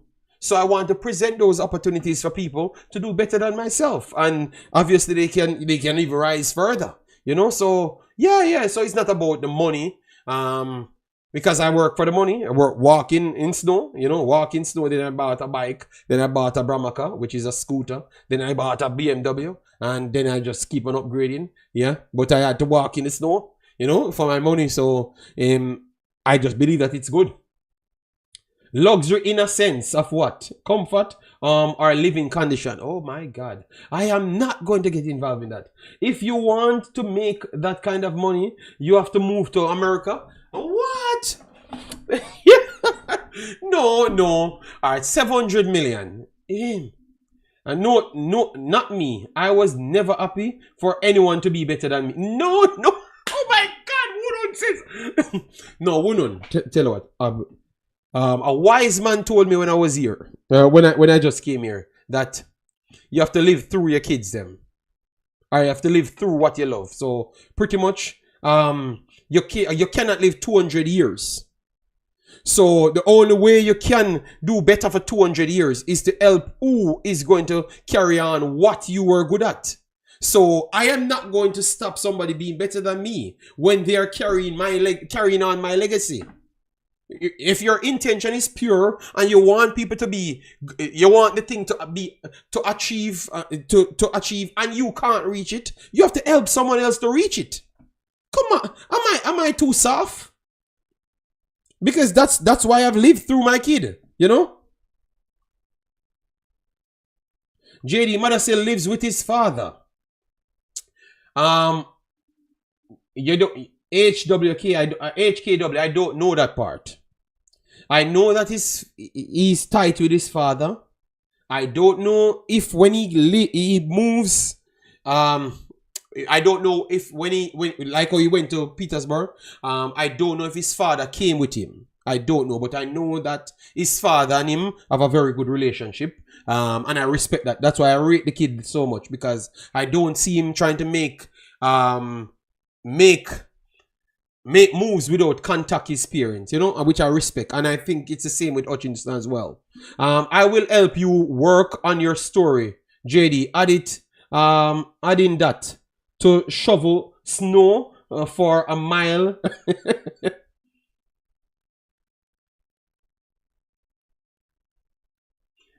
Oh, you're trying to tell me what is wrong with Mothersill, but I know what is wrong with Mothersill, Simon. The problem that is not the problem with Mothersill, Simon. The problem with Mothersill is we should contact him, say that we want him. That is the problem more than anything else, you know. And he's doing ridiculously good now. So I can understand when he was younger, but now today he should be contacted, because there is no one player in his age bracket, if even above him, the ones that we would have target the Johnson Clark Harris's, my boy the other day he came to Jamaica. He's doing as good as all of them, if not better than all of them. So no, I think that he deserves we to contact him now and tell him that we want him, so he could make the extra effort. And that's the problem, Simon. It's the showing respect. People can make the extra effort. So whosoever have the documents, it can be done, but he wants the assurance, like the respect. Yeah, and that is just directly. It's just as is. That's what I've always come here and tell you, that we need somebody in control that contacts these kids. Yes, but Simon, he has been contacted. No, thank you very much. If that's the case, that is good. You know, because it's undeniable the talent of the player. But I'm saying people need to be, you need one person that's looking out for these kids. Let them know that yes, you are not there as yet, but continue because we are looking at you. I don't think we have, no, I don't think, we know we don't have those people. We know we don't have those people, and that is what's stopping a lot of the kids from playing for Jamaica. Because that little period before they actually break through is the most important. And we always wait until them break through. Then we are contacting them and then rely on we being big Jamaica for them to choose us. And that is where the difficulty comes. But if you say that it's contacted, and not, Simon, not by outside people, no, by JFF, you know, all right? By JFF, all right? So can you confirm it's by JFF? Just say yes, that's it. If you said yes, all right, I would actually agree with that. But if it's not by JFF, I'm not gonna be happy. All right, or the coach. Just say the coach. Yes, by the coach. If you said by the coach, I am happy about that.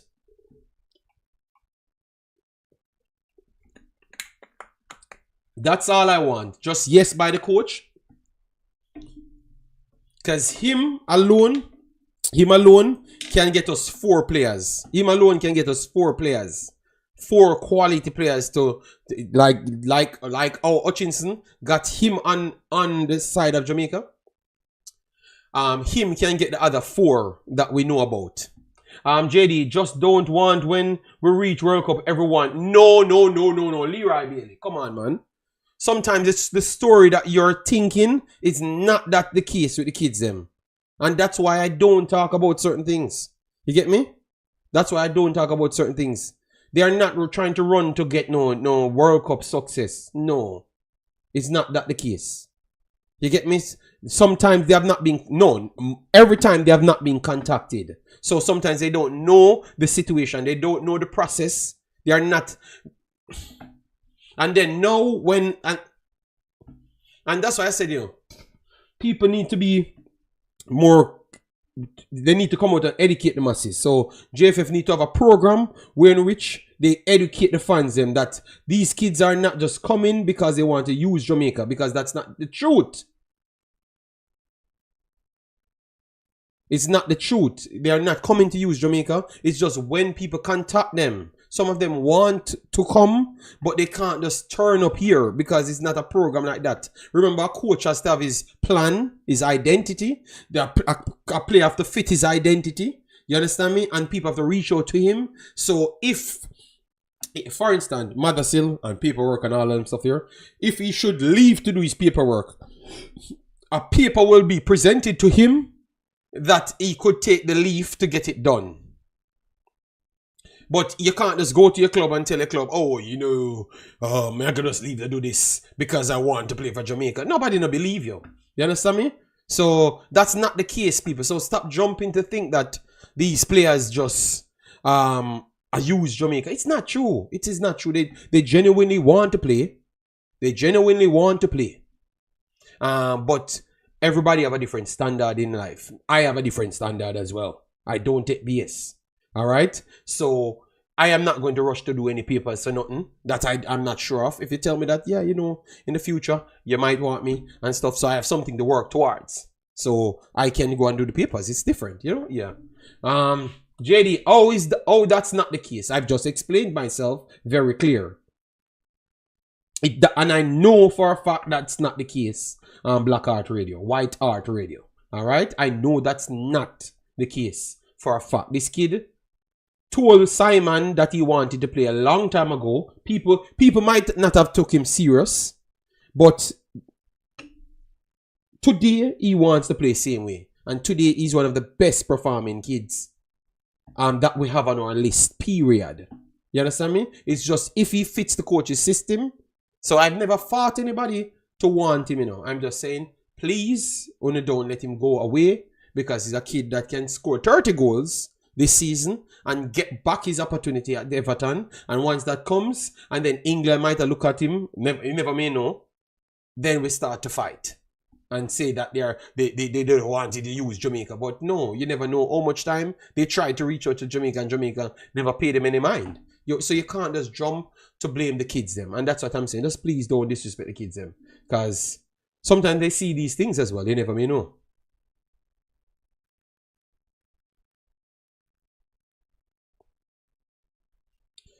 Yeah. But we could have him on. We could have him on. You know, it's just because he's busy. He's busy doing his thing, and we don't do these things for benefit. So when he's free, we bring him on, and he will talk to you, and we talk about football things, so we can get to learn. So we can use him to make Kaim Dixon know what to be, how to be successful in the Charlton system, because he's in the same league. You understand me? So we can ask him things about football, how he fits in a more physical league when he's coming from Chelsea and all of those things. You know? Yeah.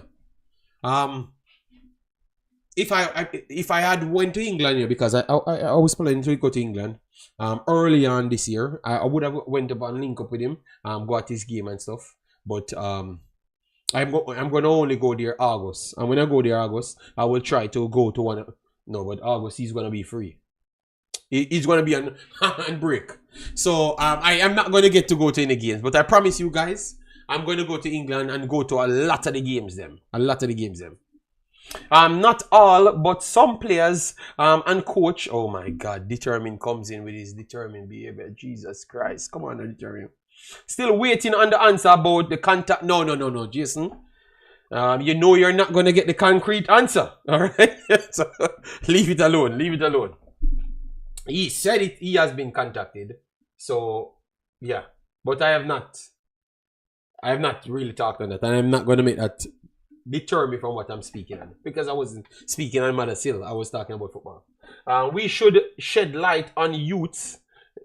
Them not believe that they like the Jamaican culture. Yeah, man, the kids are willing to come on. It's not even a problem to get them on. He wanted to come on even before. I was the one that told him that yeah, when you free up and stuff, like when you have a free time, and I have a free time as well, because a lot of times the reason why I can't get these interviews, look at my boy there. Zian. I had told him that I couldn't make it because the kid, and I've not even gotten back to Zian, you know, and I really wanted to talk to him so we could get the MLS side, you know, the education from MLS side. So I had a lot of questions to ask him, you know, so people could get educated on that side. Then we get from the England side. Then obviously we can get from Netherlands side. So you get to learn what the guys them truly learning. You get me? And that is my aim, you know. That is my aim. So we will get back Zian. And I'm not going to get only Zian. I'm going to try and get someone in the MLS. They might not be Jamaican, you know. They might not be Jamaican. Would you guys accept somebody that's not Jamaican? Because I know you guys kind of territorial here. Would you guys accept an MLS player that is not Jamaican, but they are playing in MLS? Let me know. So I can work on it, alright? Alright, if not, I just put it over the Wemaxit channel. And whoever wants to come, just come, you know? Yeah, but I think, and I'm gonna try and get a Nigerian girl. Oh my God, I spoke with an Asian girl. I shouldn't have said that to him. You know what? I can't tell you my business. I can't tell you my business because now I'm gonna say who that. Like one day, a man see an Asian girl post me, and the man called me and said, the guy called me and said, I saw you, big JD. I oh man. I'm saying, oh, brother, I am not talking, you know. Upon Instagram, you know, they're watching, you know, they're watching. So I am not talking, all right? Sherman Scott, I know you don't want nobody from nowhere else. Just Jamaica. Your ego is too big. Boy. Sherman Scott, your ego is too big. You can learn from everybody else, all right? Yes. What one Jason said? Let me see what I'm right. If it's not Alozi, don't bother. Oh my God. Yeah, man. We want to get three. We want to get three people. Three people we're going for. All right. One Nigerian, but that's gonna be on a Wemaxit. Yeah. I'm gonna link up my other brother, media brother from Nigeria. Yeah. I don't have the connection with the guys them. Yeah, but the girl, yeah, we have connection with the girls. 80, we have connection. Jamaican heritage only, yeah, that's over here. Sure, man, you're not gonna tell me anything. I like some of the other people them. Yeah, people know that. But clearly you don't watch. Bring D-Lo. Nah, man, bring D-Lo not coming here. D-Lo not coming here. Melchi. Interview loading. Oh my God. You'd like to fast in my business, in a boy. People, have you watched Jason last video? Jason just steal all of my fits. At this point, Jason just run Imaxit 5.0 over there. I don't. Why did the viewers never call him out? Why did they never call him out? Him over there cuss. Oh, are you alone can wear Tom? Are you alone can wear this? Oh my God. Yeah, Becky. Believe me, people. Anybody can get Becky. Anybody can get Becky, man. Yeah, I've never contacted her. I've never done none of those things. Most of these players, all I do know them is solely based off them knowing me. I don't contact the people. Alright? D-Lo said him want to face a face-to-face interview. And nothing like that. But I'm not smart, you know, Jason. Yeah, I'm not afraid of D-Lo. Why? You think I'm afraid? Oh boy, violence in a try bring to me. You think I'm afraid of D-Lo? We are 6 million plus with Jamaican heritage. We can't all be on the rock. No man, these guys are troublemakers, you know. Yeah man, okay, alright. I'm not knowing you sound. I said I'm not small. I'm not afraid of Damian Lowe. For what reason? And why would I even do an interview with Damian Lowe? What I have to say to Damian Lowe? Cranky is there. Cranky seems to be his greatest cheer master. Because I don't want to say cheerleader. Because cheerleader kind of sound a little bit, you know. And I know Cranky take everything personal, you know. Yes. They say people usually laugh when they are afraid. Well, Umzo, you would be surprised. Oh, not afraid. The people are when they're laughing. Okay. I told you to meet me at Brussels, boy. And you can't. You ask him questions. No. Damian Lowe, I think it was a long time ago when we just started. And we had said some things about him, and he never took it personal. He never took it personal. What? He took it personal. We were doing our assessment on him, and oh my God, he did spaz out, you know. We were the first ones he disrespected, you know. So I am not going to talk to him. I don't need to talk to him, you know. Damian has been a lot of places with the right questions. It could be very insightful. No. It's all right. It's all right. It's not. So that's why he can just go to other places. Them. Nobody said I wanted him here. It's okay. So you're calling Cranky? No, I never called Cranky any cheerleader. I said Cranky is the cheer person for the Damian Lowe cult. All right. So he can take that interview. I don't want it. All right. JC is a student and we will no. It's not about bigger or nothing. Tell him to stop wear my things then. Alright? Yes. He can be bigger than me all in one, not my things then. You know, he has bushy hair. So he should not have on no Tom. Alright? Imaxit U17 girls start on Monday and the boys a week later. Thoughts, expectations. You are afraid. Stop lie. Lowe said picked you up by your neck. No. Believe me. I swear. The other day I put my post in my picture, you know, and I heard people saying blood. Oh, people thought you were 5'2". And you're taller than the Christmas tree. They got afraid.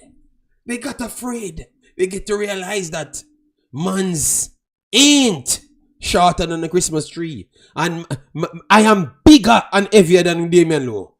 I am 210 pounds. And that ain't fat people. I am athletic. So afraid of who? Afraid of who? What? Oh my God, afraid of who? Picture next to a 4-foot Christmas tree. You know what? We need to fix this problem now of my height. Alright? We need to fix this problem of my height. The last time the one Simon talked about he's coming to Netherlands, and because he is taller like the Christmas tree, I wanted to show people that he's not much taller than me. I took a picture with Iwan Redan, an ex-football player. Plays in maybe Championship or the Premier League in England. He was 6'2", and me and him at the same height. So I had posted that on the screen. So you guys are gonna say I'm standing on a ladder, and it was Photoshop. I am so done with these people. Even when the facts is there, they still make up stories. I am 2 foot blood. You know what? Someday I don't know. I don't know how I'm gonna prove it. I have pictures beside my car. You can take the ratings of the car, the wheelbase, to see the height of it. I don't know. All right, I don't know what to prove. All right.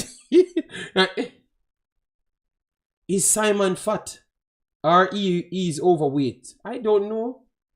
Last time he told me that he doesn't eat food much, so he's like 100 and something pounds or something like that. You know, so I'm surprised if he said he's fat. But he told me that he doesn't eat food, pretty much. So, and I was asking him, oh, he stayed alive, not eating food, you know? I know that I don't play with food. That's what I do know. All right. So, Will Snow, you doing, man? JD, we know you standing on boxes. No, I don't. I thought he meant he doesn't eat the normal food as all the other human beings. So I think you have to go at his channel and ask him what kind of other food the normal human beings don't eat. Alright? And then you and him can have that conversation. Because I don't even remember what he told me. But it was here. It was here. So why are you on my platform asking about other people? Alright? JD, it's colder than ice in America. Let the man wear him tam. Okay. You heard of standing on business. Well, JD standing on boxes. People, it's 3 o'clock. The massacre coming in the Premier League. Why you keep talking about Mason Greenwood? Find something else to chat about, man. It's YouTube has made the youth life so difficult. Glamour Kid, can you just shut up and learn about life and learn to approach people? Eh? Can you just be a human being? Can you just shut up?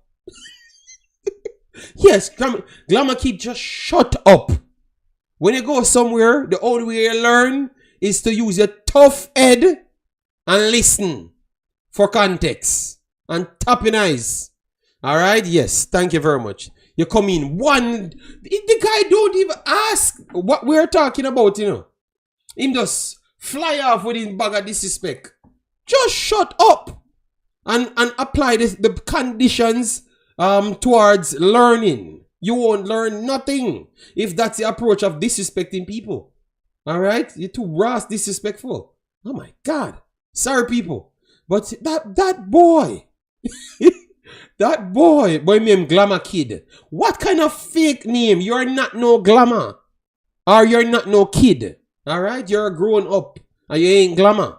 Alright? So, stop it. Go find some other name with an egotistic name. Oh, God. He's gonna get in his feelings now. we finished on that because it was based on what people saying inside after hearing the story that he could be completed. Who massacring who? Jamaica massacring TNT. Be honest, you know. JD, let's move on. But Omar Fowling, me never say nothing bad.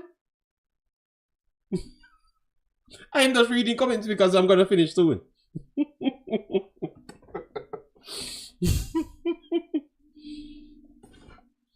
All right. So, anyways, anyways, guys, that glamour kid, I've gotten gotten what he's looking for. He will never come over here and be disrespectful again.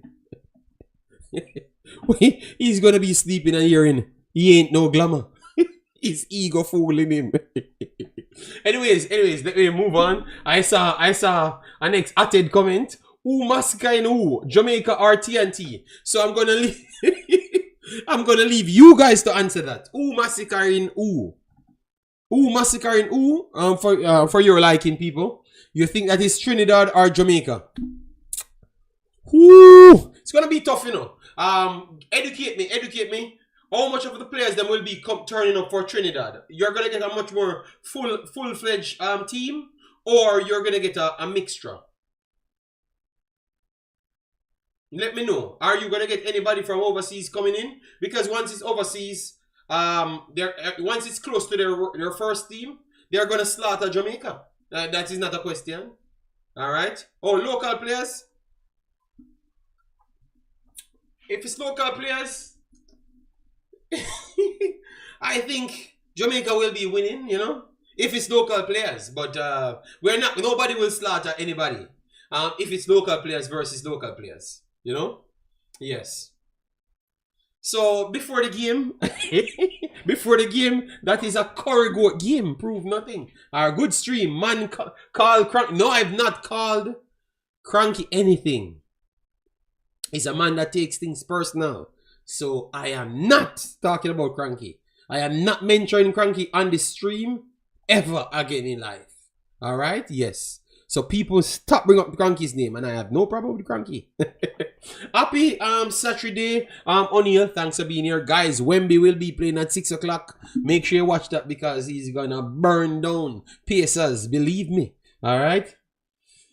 Yeah. Sorry, I can't go to that game. That game sold out within the first 2 seconds. You know, and I'm home by myself, as you saw. Yeah. Yeah. So before the game. If it's local players, hopefully McLaren watches and select the best player that deserve it. I expect Meran 11. And nobody's.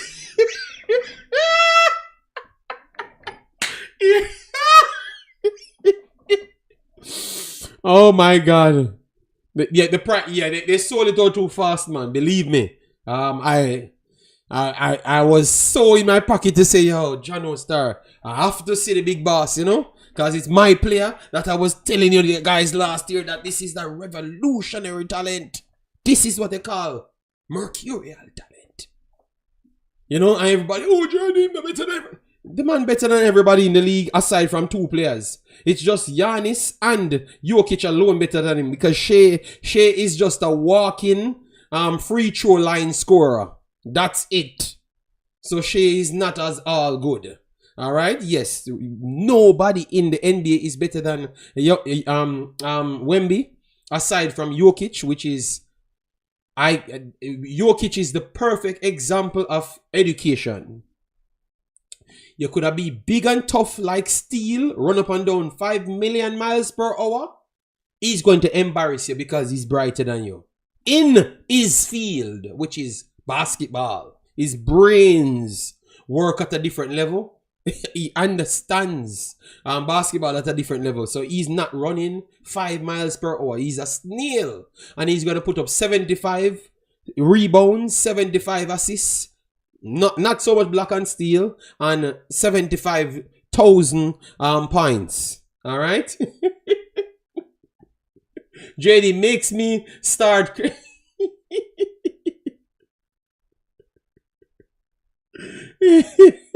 sorry, big boss. Sorry. JD, you're not forgiven by before the game. Okay. No. The not eating food conversation was based off the last time we had a talk on this said channel, and you were saying that you don't eat normal food as what the regular human beings them eat, you know, to get your body weight down. So, because he came in and said that you're fat. So I never saw you for the longest time, so I don't know if you're fat or you're mager. All right? Yes, so I'm not watching you to know if you're fat or you're mager. So... Oh, yes. I said no carb. Okay. I thought you said you eat some different type of food, you know, man. But if you said that, you said, I am not going to fight with you. I'm very sorry, people. He never said he eats food that not normal people eat. All right? Yes.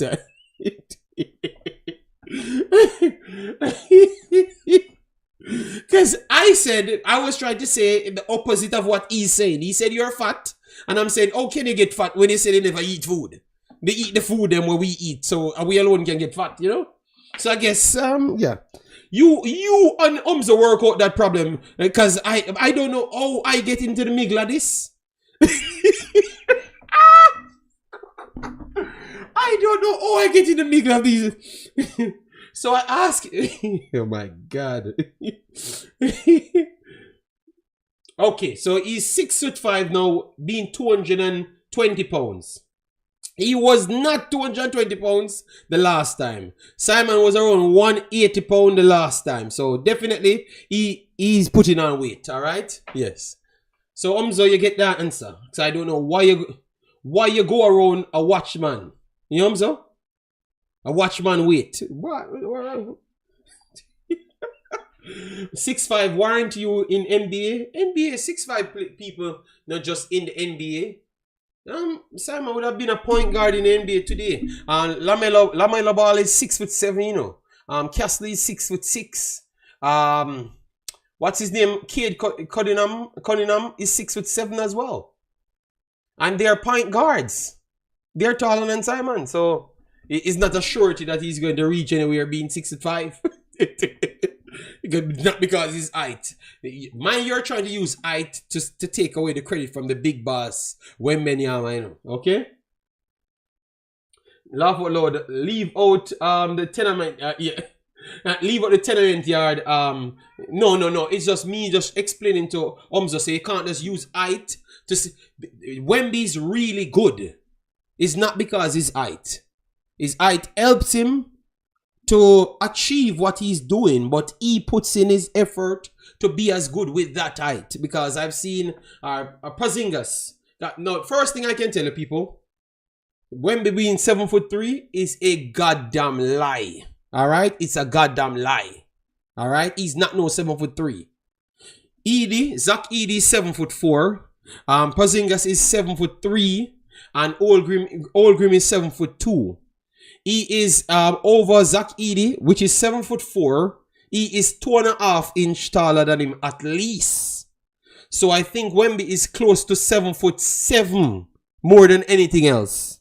He's close to 7'7". But based on the injury record over the years, they don't want to list him so tall so people don't believe in his actual ability. Just like Kevin Durant. Kevin Durant came out and said, if he told people that he was 7 foot, coming in the league, they wouldn't want him to do what he's doing. He wouldn't have been a forward. He would have been a actual center. And he would have been a small, tiny center. You understand me? So, yeah, he's 7'7". I'm telling you.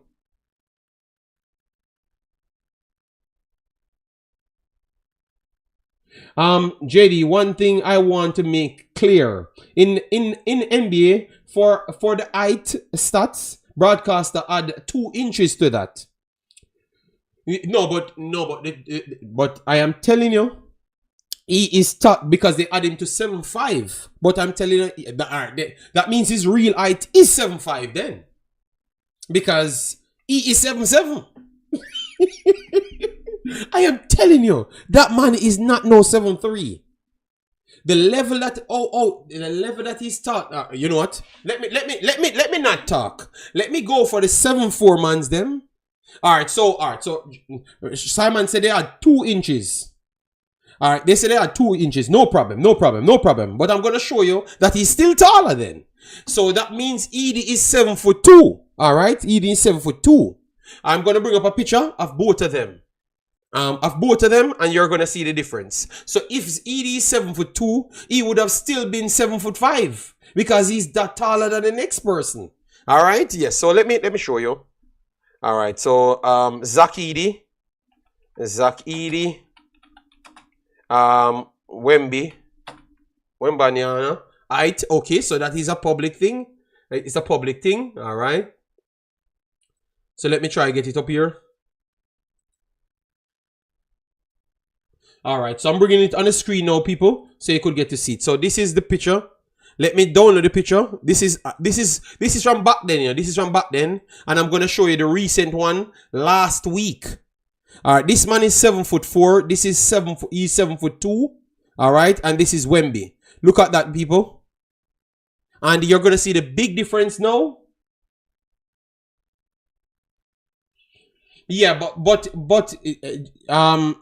Simon, Kevin Durant says he's 7 foot. Like his real true height is actually 7 foot. Not 6'10". He's actually 7 foot. That's what he says. So I don't know what to say. But I'm gonna try and get Edie and him together now today. But remember, they said one is 7'3" and one is 7'4". But yet still one is so bigger than one, so taller than one.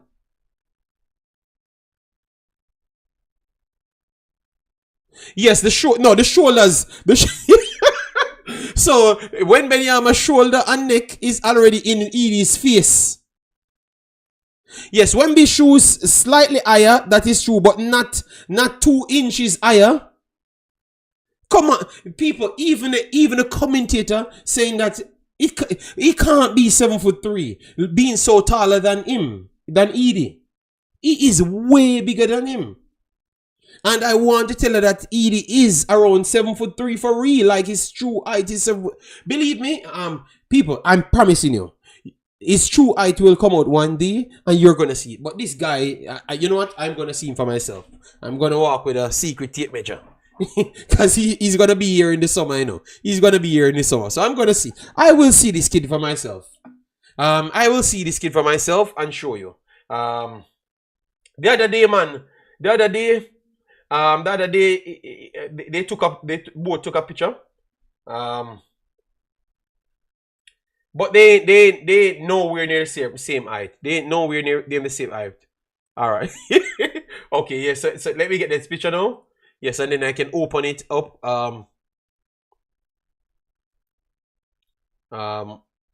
Show in folder. And let me open it up. With Google. Open with Google. All right. Good. So this is the picture, much more blown up. All right, so this is the picture much more blown up. All right, yeah. So Holmgren is 7'2" as listed. He's 7'4" as listed, and obviously his ear. Both of them ear tall, but one ear goes up a little bit higher. But you can still see from his ear line. His ear line is still above him. His shoulder is still above him. Clear above him as well. So even if you want to use his ear and says his ear makes him a little bit taller, his ear line here is taller than the highest point of Edie's head. All right, so that tells you that he's way taller. You understand me? Tony Parker live down the road from you. His father, you know, ran for Belgium, you know, ran for Belgium. So he could have played basketball for Belgium, but clearly, he was such a prodigy from early. They took him on under their wings in France easier, you know. And his father sold out from Belgium. Belgium did a lot for him, but you know, we're not gonna fight for the player. I still like the player, same way, you know. Christoph Van Hout is the tallest, 6'10". Yeah. But just to show you, man, he's taller, man. He's taller, people. It's not even a competition. But guys, Tony Parker is Belgian. No. Wembanyama's father is Belgian, you know. He's Belgian and Congolese, you know. Yes. But his mother is French, so you know. But his father was actually an athlete for Belgium. You know, so he could have switched for Belgium, you know, but he's the golden child for France, so we're not gonna fight, you know. Yes, we're not gonna fight. Yeah, it's not impossible. They all share athletes. That is a common thing, you know. Here, you know, Simon, it's a common thing. You have athletes that, even footballers, born in Belgium, goes over in France and Netherlands and play for them, and vice versa. Yes, it's just depending on where your family relocate within 13 and 17 years old. That's it, you know? Because it's all three, it's the same places, you know. You just drive from one to one to one. So it's the same places. It's just where you relocate. So if you want jobs and you're saying that it's in France, finding you the jobs, your kids will be growing up there. So even if you are born in Belgium, you're gonna still play for France, more than likely, you know, because that's where you are. Yeah. Yeah. So it happens always. No, all Triple E, they're all close countries. They are neighboring countries. So if your family go over there, you're gonna always do so, you know? Wemby 100% French? No. You know what? Alright, it's okay. It's okay. Wemby is 100% French. Yeah, but alright, let me go on Wemby's father's roots. Yes. So you can learn, boy. Alright? 100% French. Oh my god. Alright, so people, some big games coming on and I have to pay attention to it. Alright? You see why we need to get JD Kids Jamaican passport? Well, they can always get the passports, you know? Yeah, they have to reach the age, and people said they are good enough before they will get the passport, but they have the eligibility. So that's the most important thing, you know? It's not like no grandparents or anything. They can just get it in one day. No, I'm not gonna sell that narrative. Nah, blood. That Jamaica thing, getting passport in one day, ain't no true thing. Alright? Cause today I don't get my passport, so I don't even, let me not talk about Jamaican passport, yeah, man. Alright? Yeah. Only when the time comes. Yeah. JD, I'm messing with you. Remember, you in a JA space. Mind they start calling you about the girls. What? I don't understand. Alright, so love the people. As what we said, we are going to check out now. I am going to finish my work. I already have an eyeball on the Arsenal game, you know, but I'm going to be finishing some prep and stuff, yeah. Yeah, and then maybe next week now I'm done with everything that I'm doing. That's it, JD. Just one child or more. Listen to me now, big boss. Love my life. Leave my life alone, Umzo. All right. What is it? What is for dinner? I don't know what I want to eat. My wife asked me if she because it's my kid's birthday thingy today. So they went to the cinema because she's celebrating her birthday for like 2 weeks now. The first day on her birthday, we went to dinner. The weekend, we said we're gonna do something, and then now this week she get to go out with her friends because obviously everyone time has to clash, you know. And today is the date, so they're at the cinema now. So they wanted to bring burger for me, but like Burger King, but I told them that I'm going to buy things myself. So what I'm going to do now, I have a place that sells fish because I have oxtail. I bought oxtail, sheep, goat, and put them in. So I have chicken, oxtail, sheep, goat. I already bought them, but you have to start thaw meat from very early. So I'm not going to cook anything today. Tomorrow we'll do that. So what I'm going to do, I'm going to go to a good place. They give me like some. I'm going to take a picture of it. Give me like a whole different version of fishes. It cost me like $50, 50 euros. Very expensive for just one person. Yeah, I'm gonna take a picture of it, but I'm gonna buy that today. I like it, you know. Yeah, I'm gonna buy fish. So you're gonna get shrimp in it. You're gonna get different versions of fishes in it as well. Yeah, and you're gonna get your rice and your side dishes and everything. But I will take a picture. When I buy it. Yeah. That's what I do feel for today. Your wife picking up something from the restaurant. No. I am going to the restaurant. You need to stop in homes because I told her and she's cussing, you know. Because every time she cook food, you know, she's saying, the guy that talk about me can't cook Jamaican food, you need to take a picture and show him, you know. So you, Umzo, I'm gonna meet you in the station and dust you out for disrespecting my lady over and over. That boy, Umzo, you need to stop it, you know, okay? Swim around, no fish. Jesus God. Dennis Morrison, how are you doing, man? Can you please give your analysis on Javanese and Cephas, IQ and talent? Javanese is a very good player, man. I don't know I don't know if because he's playing in Costa Rica over and over, nobody give him the true credit. But I saw him be honest, Javanese have been always above almost every player coming in from the JPL. So if we can pick JPL players, we have to give him credit. And to be honest, even some USL players, he has always been ahead of as well, because his league that he's playing in is as high as the USL, and they perform better than the USL because they go in Concacaf and perform better. Saprissa and them perform better in Concacaf, and he's one of the pivotal pieces for them. So he's a very good player. Short, strong, good energy. IQ very good because he positioned himself with bigger defenders and keep on winning aerial battles, and he's not the biggest individual. I always liked him. I always talk highly of him. Morrison, I always talk highly of East. Because we do watch them. I watch them in the Costa Rica team, because we have watched young kids coming through Costa Rica. Because majority of my favorite players, them Aguilera, them coming through, was always my players, them that I've watched, scouted, and you know that I have friends from Costa Rica that does scouting and work for the federation. You know, so I've always watched them to compare them with what Jamaica doing, and that's why I knew that their level is gonna push so fast. When you see Ueda them, even Ugalde them doing so good, because I saw them before and they were very good. You know, yeah. So big up to Japanese, and I hope Jamaica look back on him at some point when we don't, especially if you're gonna play a ball retention system and we have to press a lot. I think he still demands some respect, because I still believe that he's one of the best pressing forwards Jamaica have on their list overall. He's more of a central forward, that is true, than a striker, yeah, based on his size, but his smarts and level that he plays at, he can still offer something to Jamaica.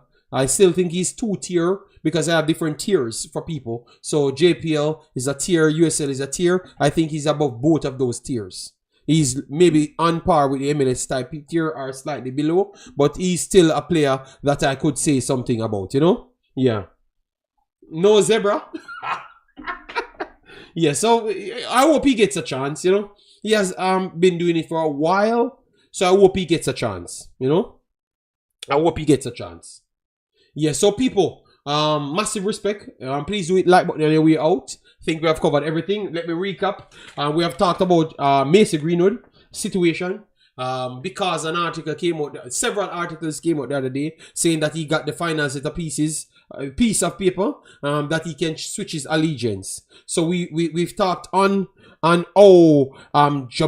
local Jamaican media received it, and they really beat the JFF, saying that the JFF is running back of these players, and how much art these players have to play for Jamaica. Very terrible media reports. That is not good at no time, because any family of the people listening to these things really gets turned off. And sometimes I'm wondering if they are getting paid to sell this narrative, to turn off people, like people's family tell them nobody play for Jamaica because these guys don't like, you know. Like they're on a campaign to do so. All right. We've talked about all the leagues,